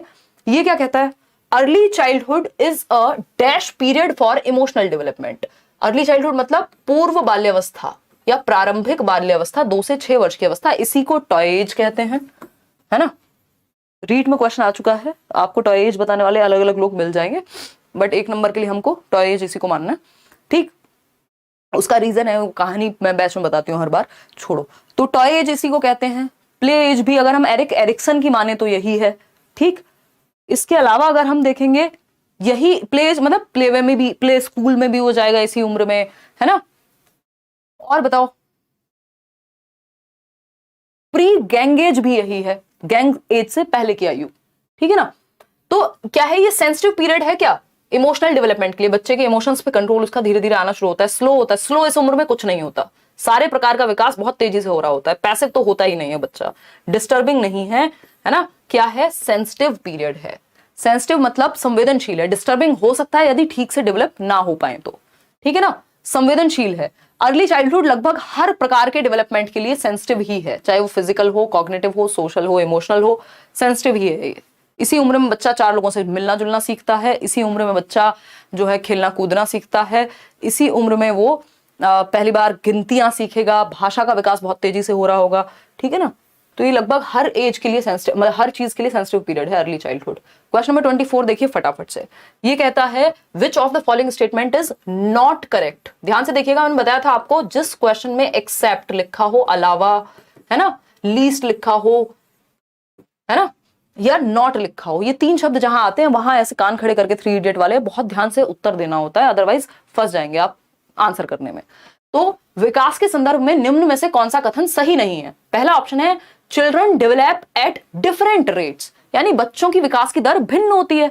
दो बच्चे हैं 3 साल के, किसी में भाषा का विकास तेजी से हो रहा होगा, किसमें शारीरिक विकास हो सकता है दूसरे से पहले हो रहा हो। तो ये बात तो सही है बिल्कुल ठीक। हमें पूछा है सही क्या नहीं है। डेवलपमेंट टेक्स प्लेस ग्रेजुअली, बिल्कुल अचानक से एक दिन में थोड़ी होता है डेवलपमेंट, धीरे धीरे ही होता है। डेवलपमेंट इज रिलेटिवली ऑर्डरली, यानी काफी हद तक क्या है, क्रम में होता है। बात तो सही है भाई, पहले आप बच्चे होंगे, फिर आप किशोरावस्था में जाएंगे, फिर आप एक अडल्ट बनेंगे, फिर बुढ़ापा आएगा कहीं जाकर के, ऐसा थोड़ी पहले बुढ़ापा आ गया बाद में बचपन आया। तो एक ऑर्डर होता है। डेवलपमेंट इज ऑलवेज डिसकंटिन्यूअस, ये ऑलवेज कैसे कह सकते हो, वो भी डिसकंटिन्यूअस। कॉन्टिन्यूअस कह देते तो फिर भी हम मान जाते। तो यही गलत है, और जो गलत है वही सही है क्योंकि पूछा ही गलत है। समझ पा रहे हो? तो विकास हमेशा अनिरंतर होता है, ये कहना एकदम गलत होगा। कोई तो कुछ 23 नंबर के बारे में कुछ तो पूछ रहा है पोल में। क्वेश्चन नंबर 23 क्यों लिखा हुआ है? सो गए हैं क्या भैया? देखिए, अगर हम बात करें डेवलपमेंट इज ऑलवेज डिसकंटिन्यूअस, ये बात गलत होगी, बाकी तीनों बातें सही हैं। क्वेश्चन नंबर 25 बताइएगा। क्वेश्चन नंबर 25 कहता है which of the following is determined only by hereditary factors, यानी सिर्फ हेरिडिटी से, सिर्फ आनुवांशिकता से, सिर्फ जेनेटिक मेकअप से कौन सा एक फैक्टर है जो निर्धारित होगा? बताइएगा फटाफट से, जनता जवाब चाहती है, फटाफट बताइए। सी ऑप्शन कह रहे हैं कई लोग, इंटरेस्ट, रुचि। अच्छा, एनवायरमेंट का कोई रोल नहीं है ना? विराट कोहली कहते हैं मैंने सचिन तेंदुलकर को बचपन में खेलते हुए देखा, मतलब इंटरेस्ट क्रिएट करने का एक रीजन वो भी रहा, किसी को देख के आप इंस्पायर हो रहे हैं, रुचि आपकी उस तरफ हो गई कि आपको साइकोलॉजी पढ़नी है क्योंकि आपने सीडीपी पढ़ लिया किसी से अच्छे से। ऐसा होता है मेरे साथ, इसलिए बता रही हूँ मैं कि आप लोग आते हैं कई बार कि आप साइकोलॉजी में कुछ कर रहे हैं क्योंकि सीडीपी में मजा आने लग गया था पढ़ करके। तो रुचि तो एनवायरमेंट से क्रिएट हो सकती है ना? या फिर आप देखते हैं अपने आसपास कुछ चीजें, आपने किसी को खेलते हुए देखा, किसी को डांस करते हुए देखा, आपका भी इंटरेस्ट आ गया उसमें, तो एनवायरमेंट से रुचि डेवलप हो सकती है। जो चीज आपने कभी एनवायरमेंट में देखी ही नहीं, उसकी रुचि कहां से आएगी? ठीक है ना? इमोशनल मैच्योरिटी, ये भी एनवायरमेंट का इसमें बहुत बड़ा रोल रहता है कि आप किस तरह के एनवायरमेंट में है, हर टाइम लड़ाई झगड़ा ये सब चलता रहता है या फिर एक स्टेबल एनवायरमेंट में है, उसका भी प्रभाव पड़ेगा। लेवल ऑफ अंडरस्टैंडिंग, यानी समझ का क्या स्तर है, वो भी सोशल इंटरेक्शन या एनवायरमेंट बहुत बड़ा रोल प्ले करेगा उसमें। लेकिन कलर ऑफ आईज में कोई कुछ नहीं कर सकता, जो है हेरिडिटी से फिक्स्ड है। आप लेंस लगा करके आंखों का रंग बदल लें, बात अलग है, अदरवाइज ये आपकी वंशानुगत या आपकी आनुवांशिकता ने तय कर दिया है कि आपकी आंखों का रंग, आपके बालों का रंग या फिर आपके बालों का टाइप, है ना, वो सब सेट है। बॉडी स्ट्रक्चर आपका। क्वेश्चन नंबर 26 देखिएगा। Concept of critical period assumes, यानी कि क्रिटिकल पीरियड कहते किसको हैं हम, या हम क्या अज्यूम करते हैं जब हम कहते हैं ना ये क्रिटिकल पीरियड है for language development early childhood, critical period है फॉर कॉग्निटिव डेवलपमेंट पूरा चाइल्डहुड से लेकर के एडोलेसेंस तक। तो क्रिटिकल पीरियड का मतलब क्या है, जिसको हम सेंसिटिव पीरियड भी कह देते हैं। क्या कह देते हैं? सेंसिटिव पीरियड भी कह देते हैं। ठीक है, संवेदनशील काल है, संक्रमण काल कह देते हैं कई लोग। बताइएगा। पहला ऑप्शन है irreversible damage in course of development, विकास के दौरान अपरिवर्तनीय क्षति वाला पीरियड क्या कहलाएगा? क्रिटिकल पीरियड कहलाएगा। या फिर B option, no impact of environment on development, यानी क्रिटिकल पीरियड वो है जब एनवायरमेंट का कोई इंपैक्ट ही नहीं है। हम कहते हैं लैंग्वेज के लिए क्रिटिकल पीरियड है 2 से 6 वर्ष, और लैंग्वेज तो होती ही एनवायरमेंट से है, तो क्रिटिकल पीरियड का मतलब ये थोड़ी एनवायरमेंट का कोई रोल नहीं है, बल्कि क्रिटिकल पीरियड में एनवायरमेंट का रोल काफी ज्यादा होता है। फिर आता है C option, very minimal impact of heredity on development. अच्छा, ये हेरिडिटी और एनवायरमेंट के बारे में है या इन जनरल हेरिडिटी प्लस या इनटू एनवायरमेंट के बारे में है? हेरिडिटी इनटू एनवायरमेंट के बारे में है, ये ना सिर्फ एनवायरमेंट के बारे में होता है ना सिर्फ हेरिडिटी के बारे में। क्रिटिकल पीरियड जब हम किसी भी पीरियड को कह रहे हैं तो डी ऑप्शन है, negative impact of rewards on course of development. इसका मतलब ये नहीं होता कि रिवॉर्ड का, पनिशमेंट का क्या प्रभाव पड़ेगा, उसको क्रिटिकल पीरियड कह रहे हैं। क्रिटिकल पीरियड हम किसको कहते हैं? जैसे कल मैं बात कर रही थी संडे वार्ता में, यार 23 साल से 30 वर्ष क्या है, क्रिटिकल पीरियड है कि आप अपना करियर सेट कर लें, नहीं तो बहुत सारी चीजें जीवन में डिस्टर्ब हो जाएंगी, आपके किसी का मन होगा अगर शादी वादी को लेके वो, या आपका पूरा जीवन, आपकी एनर्जी भी एक टाइम के बाद कम होती है, बहुत सारी चीजें, क्रिटिकल पीरियड हो गया ये। कौन सा? 20 से 30, 18 से 30, या हम कहते हैं 9th to 12th, या इवन जो 12th का आपका साल है वो बहुत क्रिटिकल है आपके आगे के जीवन के लिए। इसका मतलब अगर उस समय डैमेज हो गया, उस समय आपने भसड़ कर ली, आपने ब्रेकअप कर लिया, पैचअप कर लिया, प्यार मोहब्बत सारी दुनिया की चीजें, जब नौकरी के लिए पढ़ना था तभी कर लिया और फिर भसड़ हो गई। अगर अच्छा हो जाता तो बहुत बढ़िया। इसका मतलब ये इतना क्रिटिकल पीरियड था कि अब जो डैमेज हुआ है वो इरिवर्सिबल है। आपकी वो उम्र, वो 12th क्लास, वो जिस अच्छे कॉलेज में एडमिशन हो सकता था अब नहीं हो पाएगा, अब कुछ और देखेंगे आगे। इसका मतलब ये नहीं जीवन खत्म हो गया, लेकिन जो डैमेज उस समय हो चुका है वो इरिवर्सिबल है, ठीक है ना। तो विकास के दौरान अपरिवर्तनीय क्षति, यानी विकास के समय इरिवर्सिबल डैमेज। फॉर एग्जाम्पल, हम जानते हैं कि जन्म से 28 दिन के बीच, 1 महीने के अंदर अंदर सबसे खतरनाक काल कहा जाता है उसको, बच्चे के लिए सबसे ज्यादा डेथ्स होती हैं, क्योंकि बच्चा इतना नाजुक है, दुनिया में आया है गर्भ से, गिर गया बच्चा, कोई चोट लग गई, कोई बीमारी पकड़ लेगी तो खत्म, टाटा बाय बाय, फिनिश। या हो सकता है बुखार हो गया, मान लीजिए दिमागी बुखार ही हो गया, मेनिंजाइटिस बोलते हैं जिसको, तो उसका भी प्रभाव हो सकता है उसके मेंटल डेवलपमेंट पे आगे तक पड़े। बच्चा बचपन में जब उसको अपने फिजिकल डेवलपमेंट का ध्यान रखना था, छत से गिर गया, कुछ और हो गया, तो बेसिकली वो क्रिटिकल पीरियड है। अगर उस समय पे कोई डैमेज हुआ तो वो लाइफ लॉन्ग आपका पीछा नहीं छोड़ेगा। तो क्रिटिकल पीरियड मतलब इंपॉर्टेंट पीरियड है उस समय के लिए। Irreversible damage in course of development, इसमें डैमेज भी हो सकता है, इसमें सीखना भी हो सकता है आगे की तरफ। समझ पा रहे हैं ना? चलिए खैर, A option is the right answer. भाई गर्लफ्रेंड बाद में भी आ जाएगी, बट नौकरी का समय गया, एज गई, अब कहां से ट्राई करेंगे। क्वेश्चन नंबर 27 देखिए। क्वेश्चन नंबर 27 कहता है which point of view is supported by the theorist believing in plasticity of development. एक और क्वेश्चन आपके प्लास्टिसिटी ऑफ डेवलपमेंट है ना, यही 2 क्वेश्चन आए हैं। देखिएगा, विकास की नमनीयता, प्लास्टिसिटी मतलब फ्लेक्सिबिलिटी है विकास में, इसका मतलब ये हुआ सिंपल, रिजिडिटी नहीं है, फ्लेक्सिबल है, ठीक है। तो नमनीयता में विश्वास रखने वाले सिद्धांतकार निम्न में से किस दृष्टिकोण को, देखिए सभी लोग ये नहीं मानते कि डेवलपमेंट प्लास्टिक इन नेचर है, बट आज के समय की जो रिसर्च है वो बहुत सारे लोग पिछले कई सालों में, 3-4 सालों में ये मानने लगे हैं कि development is plastic in nature, या ब्रेन में न्यूरोप्लास्टिसिटी होती है। इसका मतलब ब्रेन हमेशा कुछ नया सीखने के काबिल है, आप हमेशा कुछ नया सीखते रह सकते हैं, डेवलपमेंट हमेशा होता रहेगा, न्यूरॉन्स आपके नए नए बनते रहेंगे यदि आप कुछ मौका दें उस ब्रेन को उस तरह का करने का। तो ठीक, तो इसका सिंपल मतलब होता है प्लास्टिसिटी का कि डेवलपमेंट इज ऑलवेज कॉन्टिन्यूअस, हमेशा चलता रहेगा। जो ब्रेन डेवलपमेंट है आपका, है ना, वो हमेशा चलता रहेगा। ब्रेन में जो मस्तिष्कता है, विकास की नमनीयता जो है वो हमेशा बनी रहेगी यदि फ्लेक्सिबल है, प्लास्टिक इन नेचर है ना, विकास हमेशा निरंतर होता है। इसका मतलब सिंपल ये है, फ्लेक्सिबिलिटी है इसमें, खत्म नहीं होता, टूटता नहीं है, ठीक है। तो ये नहीं है कि सिर्फ नेचर डिटरमिन करता है, नर्चर करेगा यानी एनवायरमेंट, या डिसकंटिन्यूअस है, ऐसा तो है ही नहीं। तो C option is the only right answer. 2-3 question और बचे हैं। आप लोगों ने बहुत प्यारा जो है रिस्पांस दिया है कि आप इतनी रात को भी इस संख्या में जुड़े रहते हैं और इतने लंबे डिस्कशन में थकते नहीं है ना। देखिएगा, dash is an example of gross motor skills, यानी स्थूल गत्यात्मक कौशल। हमें पता है GF गर्लफ्रेंड से याद रखेंगे, है ना, भूलते भी नहीं है लोग। तो GF का मतलब यहाँ गर्लफ्रेंड से नहीं है, G for gross motor skills, स्थूल गतिक कौशल, और F for fine motor skills, सूक्ष्म गतिक कौशल, ठीक है ना। तो और यही इनकी दिशा होती है, पहले ग्रॉस मोटर स्किल्स यानी आपकी भुजाओं या हाथों पे, आपके आर्म्स पे कंट्रोल और आपकी लेग्स पे कंट्रोल, बाद में आपकी हैंड आई कोऑर्डिनेशन, जैसे पेन पकड़ना, ड्राइंग करना, वो सब फाइन मोटर में जाते हैं, ठीक है ना। काजल लगाना, आईलाइनर लगाना, सब फाइन मोटर का एग्जाम्पल है। तो dash is an example of gross motor, जिसमें बड़ी मांसपेशियों का प्रयोग हो। ग्रॉस का मतलब ही है बिग मसल्स का प्रयोग, है ना, बड़ी मांसपेशियों का प्रयोग। देखिएगा कहां होगा, रनिंग में। आपकी लेग्स, टांग जो है आपकी, या लेग्स जो है, टांगे, वो सबसे बड़ी मसल है थाई में, तो हम कहेंगे बड़ी मसल का प्रयोग हो रहा है यहाँ, ठीक है। फिर भी ऑप्शन चेक कर लेते हैं। ग्रास्पिंग, ग्रास्प मतलब पकड़ना किसी चीज को, तो ग्रास्प तो उंगलियों से होगा, हाथों की, तो ये तो फाइन मोटर स्किल हो गया। ग्रास्प करने में फाइन मोटर स्किल्स लगी हैं, ठीक है ना। स्क्रिबलिंग होता है टेढ़ा मेढ़ा कुछ भी, कीलम कांटी बना देते हैं ना बच्चे, जिसका कोई मतलब नहीं होता। सबसे पहली स्टेज होती है राइटिंग की, तो स्क्रिबलिंग में भी फाइन मोटर स्किल्स की ही शुरुआत होती है।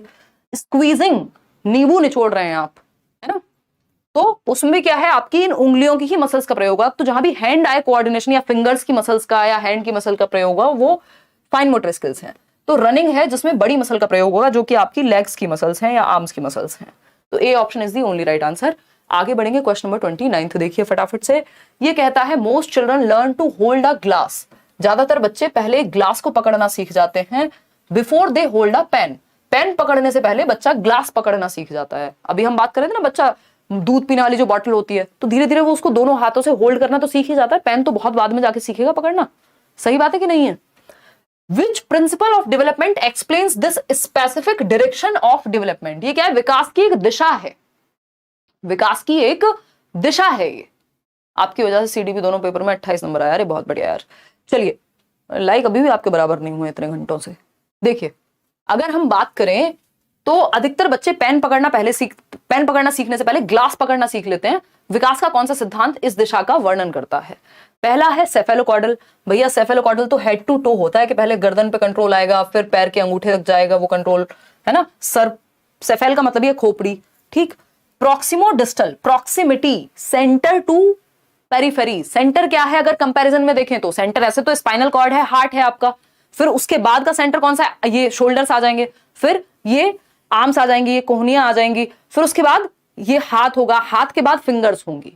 तो सेंटर से आउटवर्ड वही तो हो रहा है यहां कि पहले बच्चा ग्लास पकड़ना सीख रहा है, किससे? इन हाथों से, बाद में पेन, इन हथेलियों के बाद आती है ना उंगलियां। तो ये ग्रॉस टू फाइन या प्रॉक्सिमो डिस्टल का उदाहरण है, हमने बात की थी ना अभी। सेंटर टू पेरिफेरी यानी केंद्र से सीमाओं की ओर, जनरल टू स्पेसिफिक जा रहे हैं आप, ठीक है ना। तो ये हुआ पेरिफेरी, सीमाओं की ओर। सीमाएं ये हैं, आपकी उंगलियां हैं सीमाएं आपके शरीर की, मतलब बाहर वाला जो एरिया है पेरिफेरी वाला, ठीक। इंटरेक्शन का यहां कोई रोल नहीं है, एक्सक्लूजन जैसा कोई प्रिंसिपल होता नहीं है। अधोगामी सिद्धांत, शीर्षगामी जब आप सर पकड़ना, सर संभालना, गर्दन पैर की तरफ जा रहा हो तब। तो proximodistal gross to fine वाले जगह पे भी यूज होता है, इसको आप ध्यान रखिएगा। Simple to complex, general to specific में भी। सेकंड लास्ट क्वेश्चन है आज का, question number 30th। Which of the following is not included in physical development? शारीरिक विकास में कौन शामिल नहीं है? बताइए। Changes in body size and proportions, भैया बॉडी साइज की बात हो रही तो शरीर का ही तो विकास हुआ, तो ये तो शामिल होगा। Functioning of body systems, body की बात हो रही है अगेन, फिर शारीरिक विकास का ही पार्ट होगा। परसेप्चुअल एंड मोटर कैपेसिटीज, यानी आप जो परसीव करते हैं, है ना, और मोटर कैपेसिटीज, मोटर मतलब गत्यात्मक, गति की बात हो रही है, दौड़ना, भागना, कैच पकड़ लेना, ये सब क्या है? Motor capacities. और परसेप्शन भी, इसमें आपकी 5 सेंसेस इन्वॉल्व होते हैं, बात सही है। चेंजेस इन इमोशनल कम्युनिकेशन, यानी पहले आप किसी बात को चिल्ला करके कहते थे, आज आप प्यार से ऐसी बेइज्जती करते हैं किसी को अगर आपको कुछ कहना हो कि जिसकी हद नहीं है ना। तो ये क्या हुआ? इमोशनल कम्युनिकेशन चेंज हो गई, अब आपका कहने का तरीका बदल गया है ना। कुछ लोग होंगे गुस्से में, जो स्पेशली पेरेंट्स की भी अगर बात करें, कुछ मम्मियां होंगी जो बात करना बंद कर देती हैं बच्चे से, कह देती हैं आज से मैं तुम्हारी मम्मी नहीं हूं और तुम मेरे बच्चे नहीं हो। और मम्मी अगर 1 घंटे ना बोले तो बच्चा रो रो के बेचारा ढेर हो जाए, ठीक। दूसरी मम्मियां होती हैं जो डंडा लेकर के आती हैं। तो इमोशनल गुस्सा होने पे तो हैं, दोनों ही केसेस में इमोशंस ही हैं, लेकिन कम्युनिकेशन चेंज हो गया इमोशंस का।